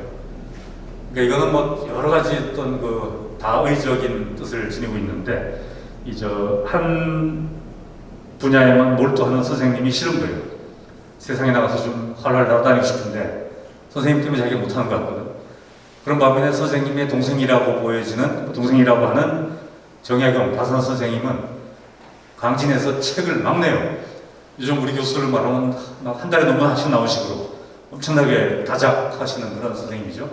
자기도 그렇게 하고 싶은 거예요. 학문 세계에 뛰어들어가지고 글도 많이 쓰고 배우고 그리고 벼슬도 하고 싶고 그런 얘기를 하는 겁니다. 그래서 이 영화를 보면은 굉장히 느끼는 바가 많을 겁니다. 현대의 어떤 물질 문명이 어쩌고 그런 걸 떠나가지고 생각을 좀 많이 하게 돼요. 그리고 굉장히 잔잔하다가도 풍파가 있거나 화끈하게 풍파가 있고 해서 제가 강추하는 그런 영화가 되겠습니다. 저는 여기서 이 정약용의 현대 버전, 이 정약전이라는 형님이 있었기 때문에 아마도 정약용이 있지 않을까 하는 그런 얘기까지 할 정도인데 어쨌든 서로 상호 보완하는 그런 관계 같아요. 이 영화에서는 그 형님 정약전에 비해서 동생 정약용 선생님을 조금 덜 다뤄요. 그건 뭐 당연한 것 같아요. 주제 자체가 죄송하니까. 그렇지만은 이 영화에서도 보면 정약용 선생님의 어떤 학문적인 경지라든지 인간적인 품성 같은 거를 중간중간 자주 볼 수 있습니다. 그런 정약용을 이제 키워가지고 우리 경북대학에서 만약에 잘 키울 수 있다면 그리고 여러분들이 열심히 하고 또 아주 뭐 다양하게 공부를 해가지고 이제 월스트리트로 간다면 어떻게 가야 되느냐? 이제 시장으로 뛰어드는 거죠. 직장인이 돼가지고 기업에 취업을 하든 아니면 공무원이라든지 공공기관에 가서 일을 하든 아니면 창업을 하든지 뭔가 이제 자본의 논리, 시장의 어떤 거대한 흐름에 들어갈 거 아니겠습니까? 그게 그 빨간 바다 시장이든 파란 바다 시장이든 간에 뛰어들 텐데 어떻게 될 것이냐 하는데 그 월스트리트가 뭔지 그 성격을 먼저 봐야 돼요. 아까도 기본적인 월스트리트 얘기를 했습니다. 여기서 착한 월스트리트가 가능한지는 잘 모르겠어요. 월스트리트는 기본적으로 착할 수가 없어요. 야수입니다, 야수. 실제로 월스트리트에 가면은 왼쪽에 있는 그 성난 황소, 저 구리상이 있어요. 그 어떤 증권회사 그 앞에 있는 상인데 저렇게 뭐 관광지가 되어버렸습니다. 그리고 저 상의 이름이 Charging Bull 이렇게 돼 있어요. 공격하는 또 막 성난 황소 이렇게 이름이 붙여 있어요. 그리고 최근에 만들어진 건데 오른쪽에 조금 작은 모양으로 저 소녀상이 있어요.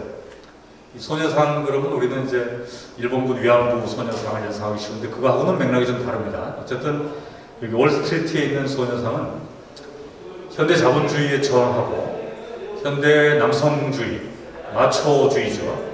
아주 우리나라 같은 가부장주의라고 얘기할 텐데 이 가부장주의가 아니더라도 서양에서도 미국에서조차 이 백인 남성들이 지배하는 그런 거를 많이 이제 받는가 봐요. 그에 대해 비판적인 측면에서 여성상, 소녀상을 세웠어요. 이 상의 이름 자체가 Fearless Girl입니다. 겁없는 소녀. 그 조그만하게 써있는 이제 보면은 Know the power of women in leadership. She makes a difference. 이런 표식으로 되어 있는데 어떤 리더 역할을 하는 여성의 역할을 알아라, 깨달아라 그런 얘기죠. 그리고 여성이 차이를 만든다 이런 말을 합니다. 이 방에도 절반이 지금 여학생 이렇게 된 것 같고 우리 지구도 마찬가지죠. 월스트리트 자체는 절대로 착해질 수 없어요. 월스트리트에 들어가는 정약용이 착해져야죠. 월스트리트에 들어가는 여러분들이 착한 사람이 되어서 들어가는 겁니다. 마음을 곧바로 하면서 들어가가지고는 이 소녀처럼 차이를 만들어내는 거예요. 남자가 되더라도 마찬가지고 여자라도 마찬가지인데 실제로 그 사례가 2011년에 일어났어요. 저 맨 왼쪽에 있는 저 사진인데 저거는 그 Occupy Wall Street 글자 그대로 이제 월가를 점령하라 이렇게 돼 있었죠. 이 시기적인 맥락은 2008년, 9년, 10년 이때 세계적인 금융위기가 일어났습니다. 미국의 서프라임 사태 때문에 온갖 계층의 사람들이 다 피해를 입고 가장 크게 피해를 입은 사람들이 돈 없는 서민들로 집을 샀던 사람들. 참 그때 우리나라는 상대적으로 피해를 덜 입었는데 미국의 그 사회 저층, 기반층에서는 그야말로 집 날리고 돈 날리고 가족 파산되는 사례가 무수했습니다. 그런 거를 이제 젊은 학생들이 제일 먼저 민감하게 깨닫고 이 월가를 실제로 점령을 했어요. 월가에 보면 월스트리트 아까 제가 보여드린 그 지도 있잖아요. 그 지점에 보면은 무슨 공원이 하나 있는데 그 공원을 실제로 점령을 하고 거기 동안 오랫동안 거기 머물렀어요. 텐트 치고 살고 그리고 낮에는 시위하고 그러면서 특징이 거기서는 전혀 뭐 지휘자가 없었다 그러죠. 지도자가 없었다 그러죠. 아주 민주적으로 운영하고 이를테면 무슨 꼬뮌처럼 운영을 했다 그러는데 요즘 그게 중요한 게 아니고 이런 목소리가 커졌다. 그리고 월스트리트를 길들이려는 착하게 만들려는 노력은 굉장히 많았어요. 근데 월스트리트 자체는 여전히 착해지지 않습니다. 아직도 마찬가지고 거기 들어가는 사람이 착해져가지고 잘 적응을 하고 타락하지 말아야 한다는 그런 것이죠. 그러니까 타락하지 않는 정도가 아니고 월스트리트 들어가가지고 거기서 아주 잘해야죠. 당연히 잘하면 됩니다. 자, 그 잘하는 사례 중에 한 몇 가지만 내가 보여주고 있습니다. 우리 경북대학교 식구들인데 맨 왼쪽에 있는 학생은 실명이 나와서 좀 미안한데 경제통상학부 학생입니다. 이 학생은 국제협력기구에 들어갔다가 인턴으로 들어갔다가 지금 호이카 이쪽으로 준비를 하고 있는 학생이고 가운데 있는 학생은 한국 사람 같지는 않게 생겼죠. 저 사람은 파키스탄 사람입니다. 제가 예일대학교 가가지고 무슨 컨퍼런스 세미나에 참석을 하고 있는데 그 가가지고 이렇게 얘기를 하려고 내가 내 소개를 하면서 경북 내셔널 유니버시티 어쩌고저쩌고 하면서 소개를 하니까 갑자기 어떤 시커먼 이 사람이 일어서더니 경북 그러면서 막 손을 내미는 거예요. 내가 깜짝 놀라가지고 왜 그러시냐 했더니 자기 경북대학교 나왔대. 우리 물리학과 박사과정을 하고 박사를 학위를 받고 그리고 예일대학교에 교수로 가 있는 사람이었어요. 아주 젊은 사람이고 애가 셋이나 돼. 저 돈은 별로 못 버는 것 같아가지고 밥은 내가 다 샀는데 어쨌든 이 친구는 지금도 자기 가족 전체 부인과 애들 셋 가족들의 가장 행복했던 인생의 가장 행복했던 시절이 대구 살던 시절이래요. 경북대학교 박사과정에 있을 때 제일 좋았대요. 뭐가 그렇게 좋았는지 몰라요. 그래서 물리학과나 생명공학과의 교수님들 몇 분이 용평 스키 캠퍼스도 스키장도 갔다 오고 자기를 데려다 줬고 뭐 어쩌고저쩌고 하면서 많은 얘기를 하더라고요. 이런 외국인 학생들이 굉장히 많습니다. 우리 학교에 지금 석박사과정에도 와 있고 그 연구원으로도 와 있고 포닥으로도 와 있고 그렇습니다. 이런 학생들이 우리 경북대학교 식구거든요. 다들 다 같이 잘 어울려야 되겠죠. 맨 오른쪽 사진은 글로벌 챌린저 프로그램입니다. 제가 지도교수로 유럽의 그 독일 프라이부르크에 가가지고 지금 같이 토론을 하고 있는 그런 장면입니다. 이 부분은 뭐 세계란 말이 들어가가지고 물 건너가는 걸 주로 얘기하게 되어 있는데 이런 사례 말고도 마이크로소프트라든지 실리콘밸리 스타트업 같은 데서 자리를 딱 잡은 학생들, 졸업생들이 굉장히 많습니다. 이런 준비를 하려면은 학교 다닐 때 미리 준비를 해야 됩니다. 이런 다양한 어떤 교환 학생이라든지 이런 프로그램에 참여를 하면 좋겠어요. 그 중에 하나가 예일 서머스쿨입니다. 요거는 제가 예일대 머무를 때부터 약간 같이 좀 도움을 줘가지고 좀 만들었는데 2018년도에 그 MOU를 예일대랑 맺어가지고 그 전임 교수가 서머스쿨 동안 5주 동안 강의를 해요. 현지에서 17명을 보낸 적이 있습니다. 근데 1차로는 보냈는데 2차를 보내려고 하니까 코로나가 빵 터져가지고 중간 됐다가 올해 다시 들어갔어요. 올해 한 10몇 명이 갔다 그러는데 가가지고 실제 지금 이번 여름 학기에도 5주 동안 강의를 듣고 학점 인정받고 그리고 아까 신문에 나왔던 학생도 그 학생인데 공부하는 게 굉장히 힘들죠. 당연히 거기 예일대 학생들하고 같이 수업을 해요. 그리고 예일 서머스쿨이니까 외국인 학생들이 오는데 그 외국인이라는 게 옥스퍼드 대학생들 또 중국의 칭화대 학생들이라 가지고 경쟁이 말도 못합니다. 근데 놀랍게도 우리 학생들이 제법 잘하더라고요. 물론 여기서도 나름대로 뽑혀가지고 하는 얘기겠지만 굉장히 잘하는 걸 보고 감명을 받았습니다. 어쨌든 이런저런 기회가 그 경북대학교에 많습니다. 우리의 교수님들이나 학생님들이나 오해를 하는 게 이 대구에 우리가 입지해 있고 국립대학이고 하다 보니까 이 국제화라든지 어떤 개방 이런 부분에서 우리가 못하지 않을까 하는 생각을 지레하기 마련인데 놀랍게도 말이죠. 우리 대학교의 국제화 프로그램이 거의 탑 5 안에 든다 그래요. 전국대학에서. 그건 우리가 그냥 자화자찬하는 게 아니고 풀브라이트라든지 외국의 AIA 이런 학생들 또는 그 행정가들이나 교수들이 와가지고 평가할 때 그렇게 하는 말입니다. 그러니까 이 다양한 프로그램 수많은 좋은 거를 학생들이 너무 덜 이용한다 그런 얘기를 많이 듣습니다. 이용만 하면은 그 찾아보면 굉장히 많습니다. 제일 쉬운 길은 그 우리 국제처, 국제교육과의 홈페이지나 들어가가지고 이런 걸 찾아보면 아주 좋은 프로그램이 많습니다. 뭐 KNU 버디 그런 것도 있고, 익스체인지 스튜던트 같은 것도 있고, 외국 인턴십도 있고, 뭐 많습니다. 정말 많습니다. 웨스트 프로그램도 있고. 자, 이제 이런 걸 하려면 할 수 없이 경계를 넘어야 되잖아요. 물리적인 경계를 넘어야 되고, 가장 중요한 건 마음의 경계 같아요. 마음의. 근데 이런 경계인데 뭐 기본적으로 써놓은 거는 다 있어놨어요. 제가 오늘 이 자리에 오기 전에 어떤 분하고 이제 면담을 했냐면은 삼성전자공대 부총장이라는 분하고 이제 분이 찾아오셨어요. 그래서 저하고 우리 최전원 몇 명하고 이제 같이 얘기를 했는데 그 자리에서 그런 얘기가 나왔어요. 의외로 놀라운 게 그 엄청난 기업에 있는 분들이 또 좋은 대학에 가가지고 강의도 하고 이렇게 할 때 제일 많이 그 얘기하는 것 중에 하나가 영어래요. 누구나 다 알잖아요. 영어가 중요하다고 하는 그런 얘기는 하면 할수록 진부한 소리가 돼버려요. 그러니까 이 자리에서 얘기할 필요도 없는데, 그래서 이 꼰대스러운 얘기를 한 번 더 얘기한 이유가 그 삼성전자공대 부총장이라는 분이, 그분은 삼성전자 부사장급인데 삼성 산해대학입니다. 졸업장을 실제로 주는 산해대학인데 거기서 이제 그런 얘기를 하는 거예요. 영어는 당연히 기본이에요, 기본. 그런데도 기본을 고선을 못 넘으니까 어떤 한계, 경계를 못 넘으니까 지금 얘기가 계속 나오는 거거든요. 일상적인 뭐 영어 대화 조금 한다. 그건 5분 영어죠. 5분 지나면 미천이 떨어지는 영어.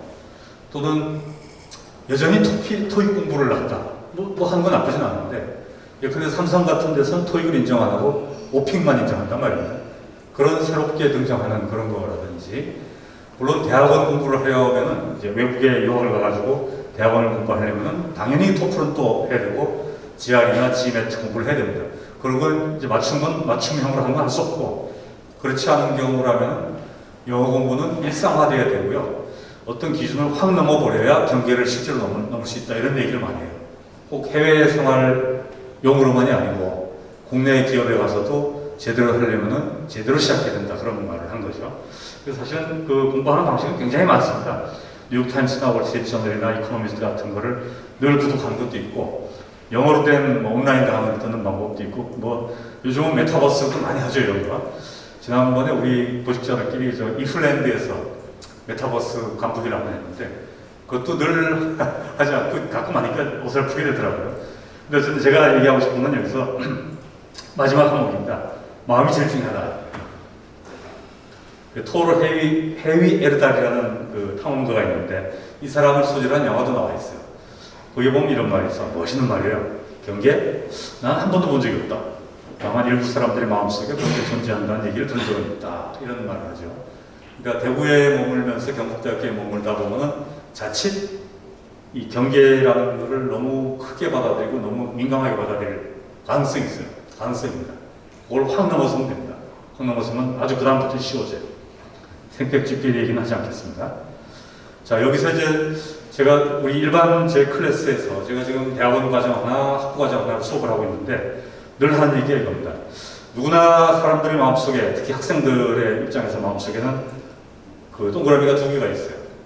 가운데 작은 동심원은 영향력의 주원이라고 지칭하고, 바깥에는 관심의 주원이라고 지칭합시다. 일단 많은 경우 학생들은 바깥 큰 동그라미를 키우는 데 집중을 해요.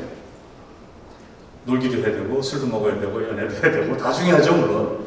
학점도 따야 되고, 뭐 영화도 봐야 되고, 다 좋은데 그것보다 훨씬 더 중요한 거는 작은 동심원, 영향력의 조언을 키우는 거예요. 자기가 직접 영향력을 행사할 수 있는 영역, 공부가 됐든 체력이 됐든 영어가 됐든 뭐든지 간에 그 가운데 동그라미를 더 키워야 된다는 말입니다. 이미 여러분들 정도의 수준이면 바깥 동그라미는 거의 아마도 최대한으로 왔지 않나 하는 생각이 들 정도예요. 물론 조금 더 할 수 있겠죠. 그렇지만 너무 많이 펼치면은 작은 동그라미에 신경을 쓸 돈과 체력과 에너지가 모자랍니다. 그걸 관리 잘 해야 됩니다. 언제 할 것이냐? 당장 해야 되겠죠. 자, 이건 뭐 글로컬 시대를 보통 얘기하는 퀀텀 변화의 시대 얘기하고 이제 마무리를 하려고 합니다. 초연결 시대 보통 얘기를 많이 하죠. 우리 대학에서 이런 일을 늘 얘기할 수 있습니다. 요즘 뭐 하도 변화가 빨라가지고 틱톡으로 뭔가 하는 걸 참 많이 해요. 나도 지금 집에서 틱톡을 뭐 하나 하고 있는데 우리 강아지를 가지고 틱톡 영상을 올리고 있어요. 그런 거 너무 빨리 변해가지고 따라가기 힘들 정도입니다. 이 초연결 시대에는 아까 말한 세계화하고 연결되죠. 그 다음에 가장 중요한 것이 오늘 저 글로컬이니까 글로벌 얘기는 뭐 많이 했다고 치고 로컬 얘기를 안 할 수가 없어요. 가장 지역적인 것이 가장 세계적이다 이런 말을 하잖아요. 오징어 게임 뭐 다 알죠. 이제 수리남 요즘 대단하죠. 대구경북학도 그런 거라고 생각합니다. 새마을 운동도 마찬가지고 이게 우리 지역이나 우리나라에서 뿌리 잡은 이거를 잘 키우는 것이 정말 세계화의 큰 길이 아닌가 싶어요. 그래서 대학에서도 인문학이나 기초학문 이거를 절대로 포기하기는커녕 훨씬 더 많이 키워야만이 이제 세계화에 도움이 된다 이런 말을 굳이 하고 싶습니다. 이 정약용하고 월스트리트를 연결한 게 오늘 강의 주제였는데 이게 이제 요약한 거예요. 오른쪽으로 가면 정약용이 커져요. 왼쪽은 작아집니다. 월스트리트는 위로 갈수록 강하고 빨라져요. 월스트리트 자체를 바꿀 수는 없다고 그랬죠. 짐승이니까. 거기 빠른 월스트리트에 적응을 해야 되는 거예요. 밑으로 가면 약하고 느려져요. 제일 이상적인 건 물론 1번 일사분면입니다. 다이내믹이라고 그러죠. 3번은 절대 안 돼요. 퇴행은. 이건 뭐 정약용도 작아지고 월스트리트도 작아지는 그런 모습이니까. 이 2번하고 4번은 조금 조심을 해야 되는 거예요. 2번으로 너무 월스트리트만 빨라지면은 힘들어요. 견디지를 못합니다. 또 4번 경우는 정약용만 너무 커지면은 이 빠른 변화에 적응을 못하죠. 이 현실적이지 못하고 실용적이지 못합니다. 그러니까 죄송합니다. 그게 아니고 월스트리트의 4번에 그 빠른 혁신과 변화에 적응을 못한다 이런 말입니다. 요거는 참고로 우리 사회과학 학생들이면 알 텐데 아미타이 에치온의 그 컨트롤 컨센서스 모델을 내가 약간 변화시킨 것입니다. 자 이제 마지막입니다. 질문으로 제가 맨 처음에 던졌던 질문인데 아리스토텔레스가 21세기에 부당하게 죽었는가? 반쯤 죽었다고 생각해요. 그 대학이 특히 명문대학이 아리스토텔레스를 잘 키워가지고 되살린 다음에는 월스트리트로 보냈는가? 아마 보냈다고 생각해요. 그 부작용이 굉장히 많이 나타나고 있고 경북대학교는 정약용을 키우는가? 아니면 월스트리트에 집중하는가? 이 자칫하면 두 개 다 못하는 거 아닌가 하는 생각까지도 들긴 하지만 나름대로는 애를 많이 쓰고 있습니다. 교수님들하고 같이. 학생들도 나름대로의 노력을 같이 해야 될 거예요. 이 중요한 질문이 이거죠. 정약용, 특히 현대의 정약용, 현대 버전이 돼가지고 월스트리트에 갈 수 있는가? 네, 가야 됩니다. 그리고 어떻게 할 것인가? 그건 숙제로 남겨져 있죠. 당장 시작해야 됩니다. 이상 강의는 마치겠습니다. 수고했습니다.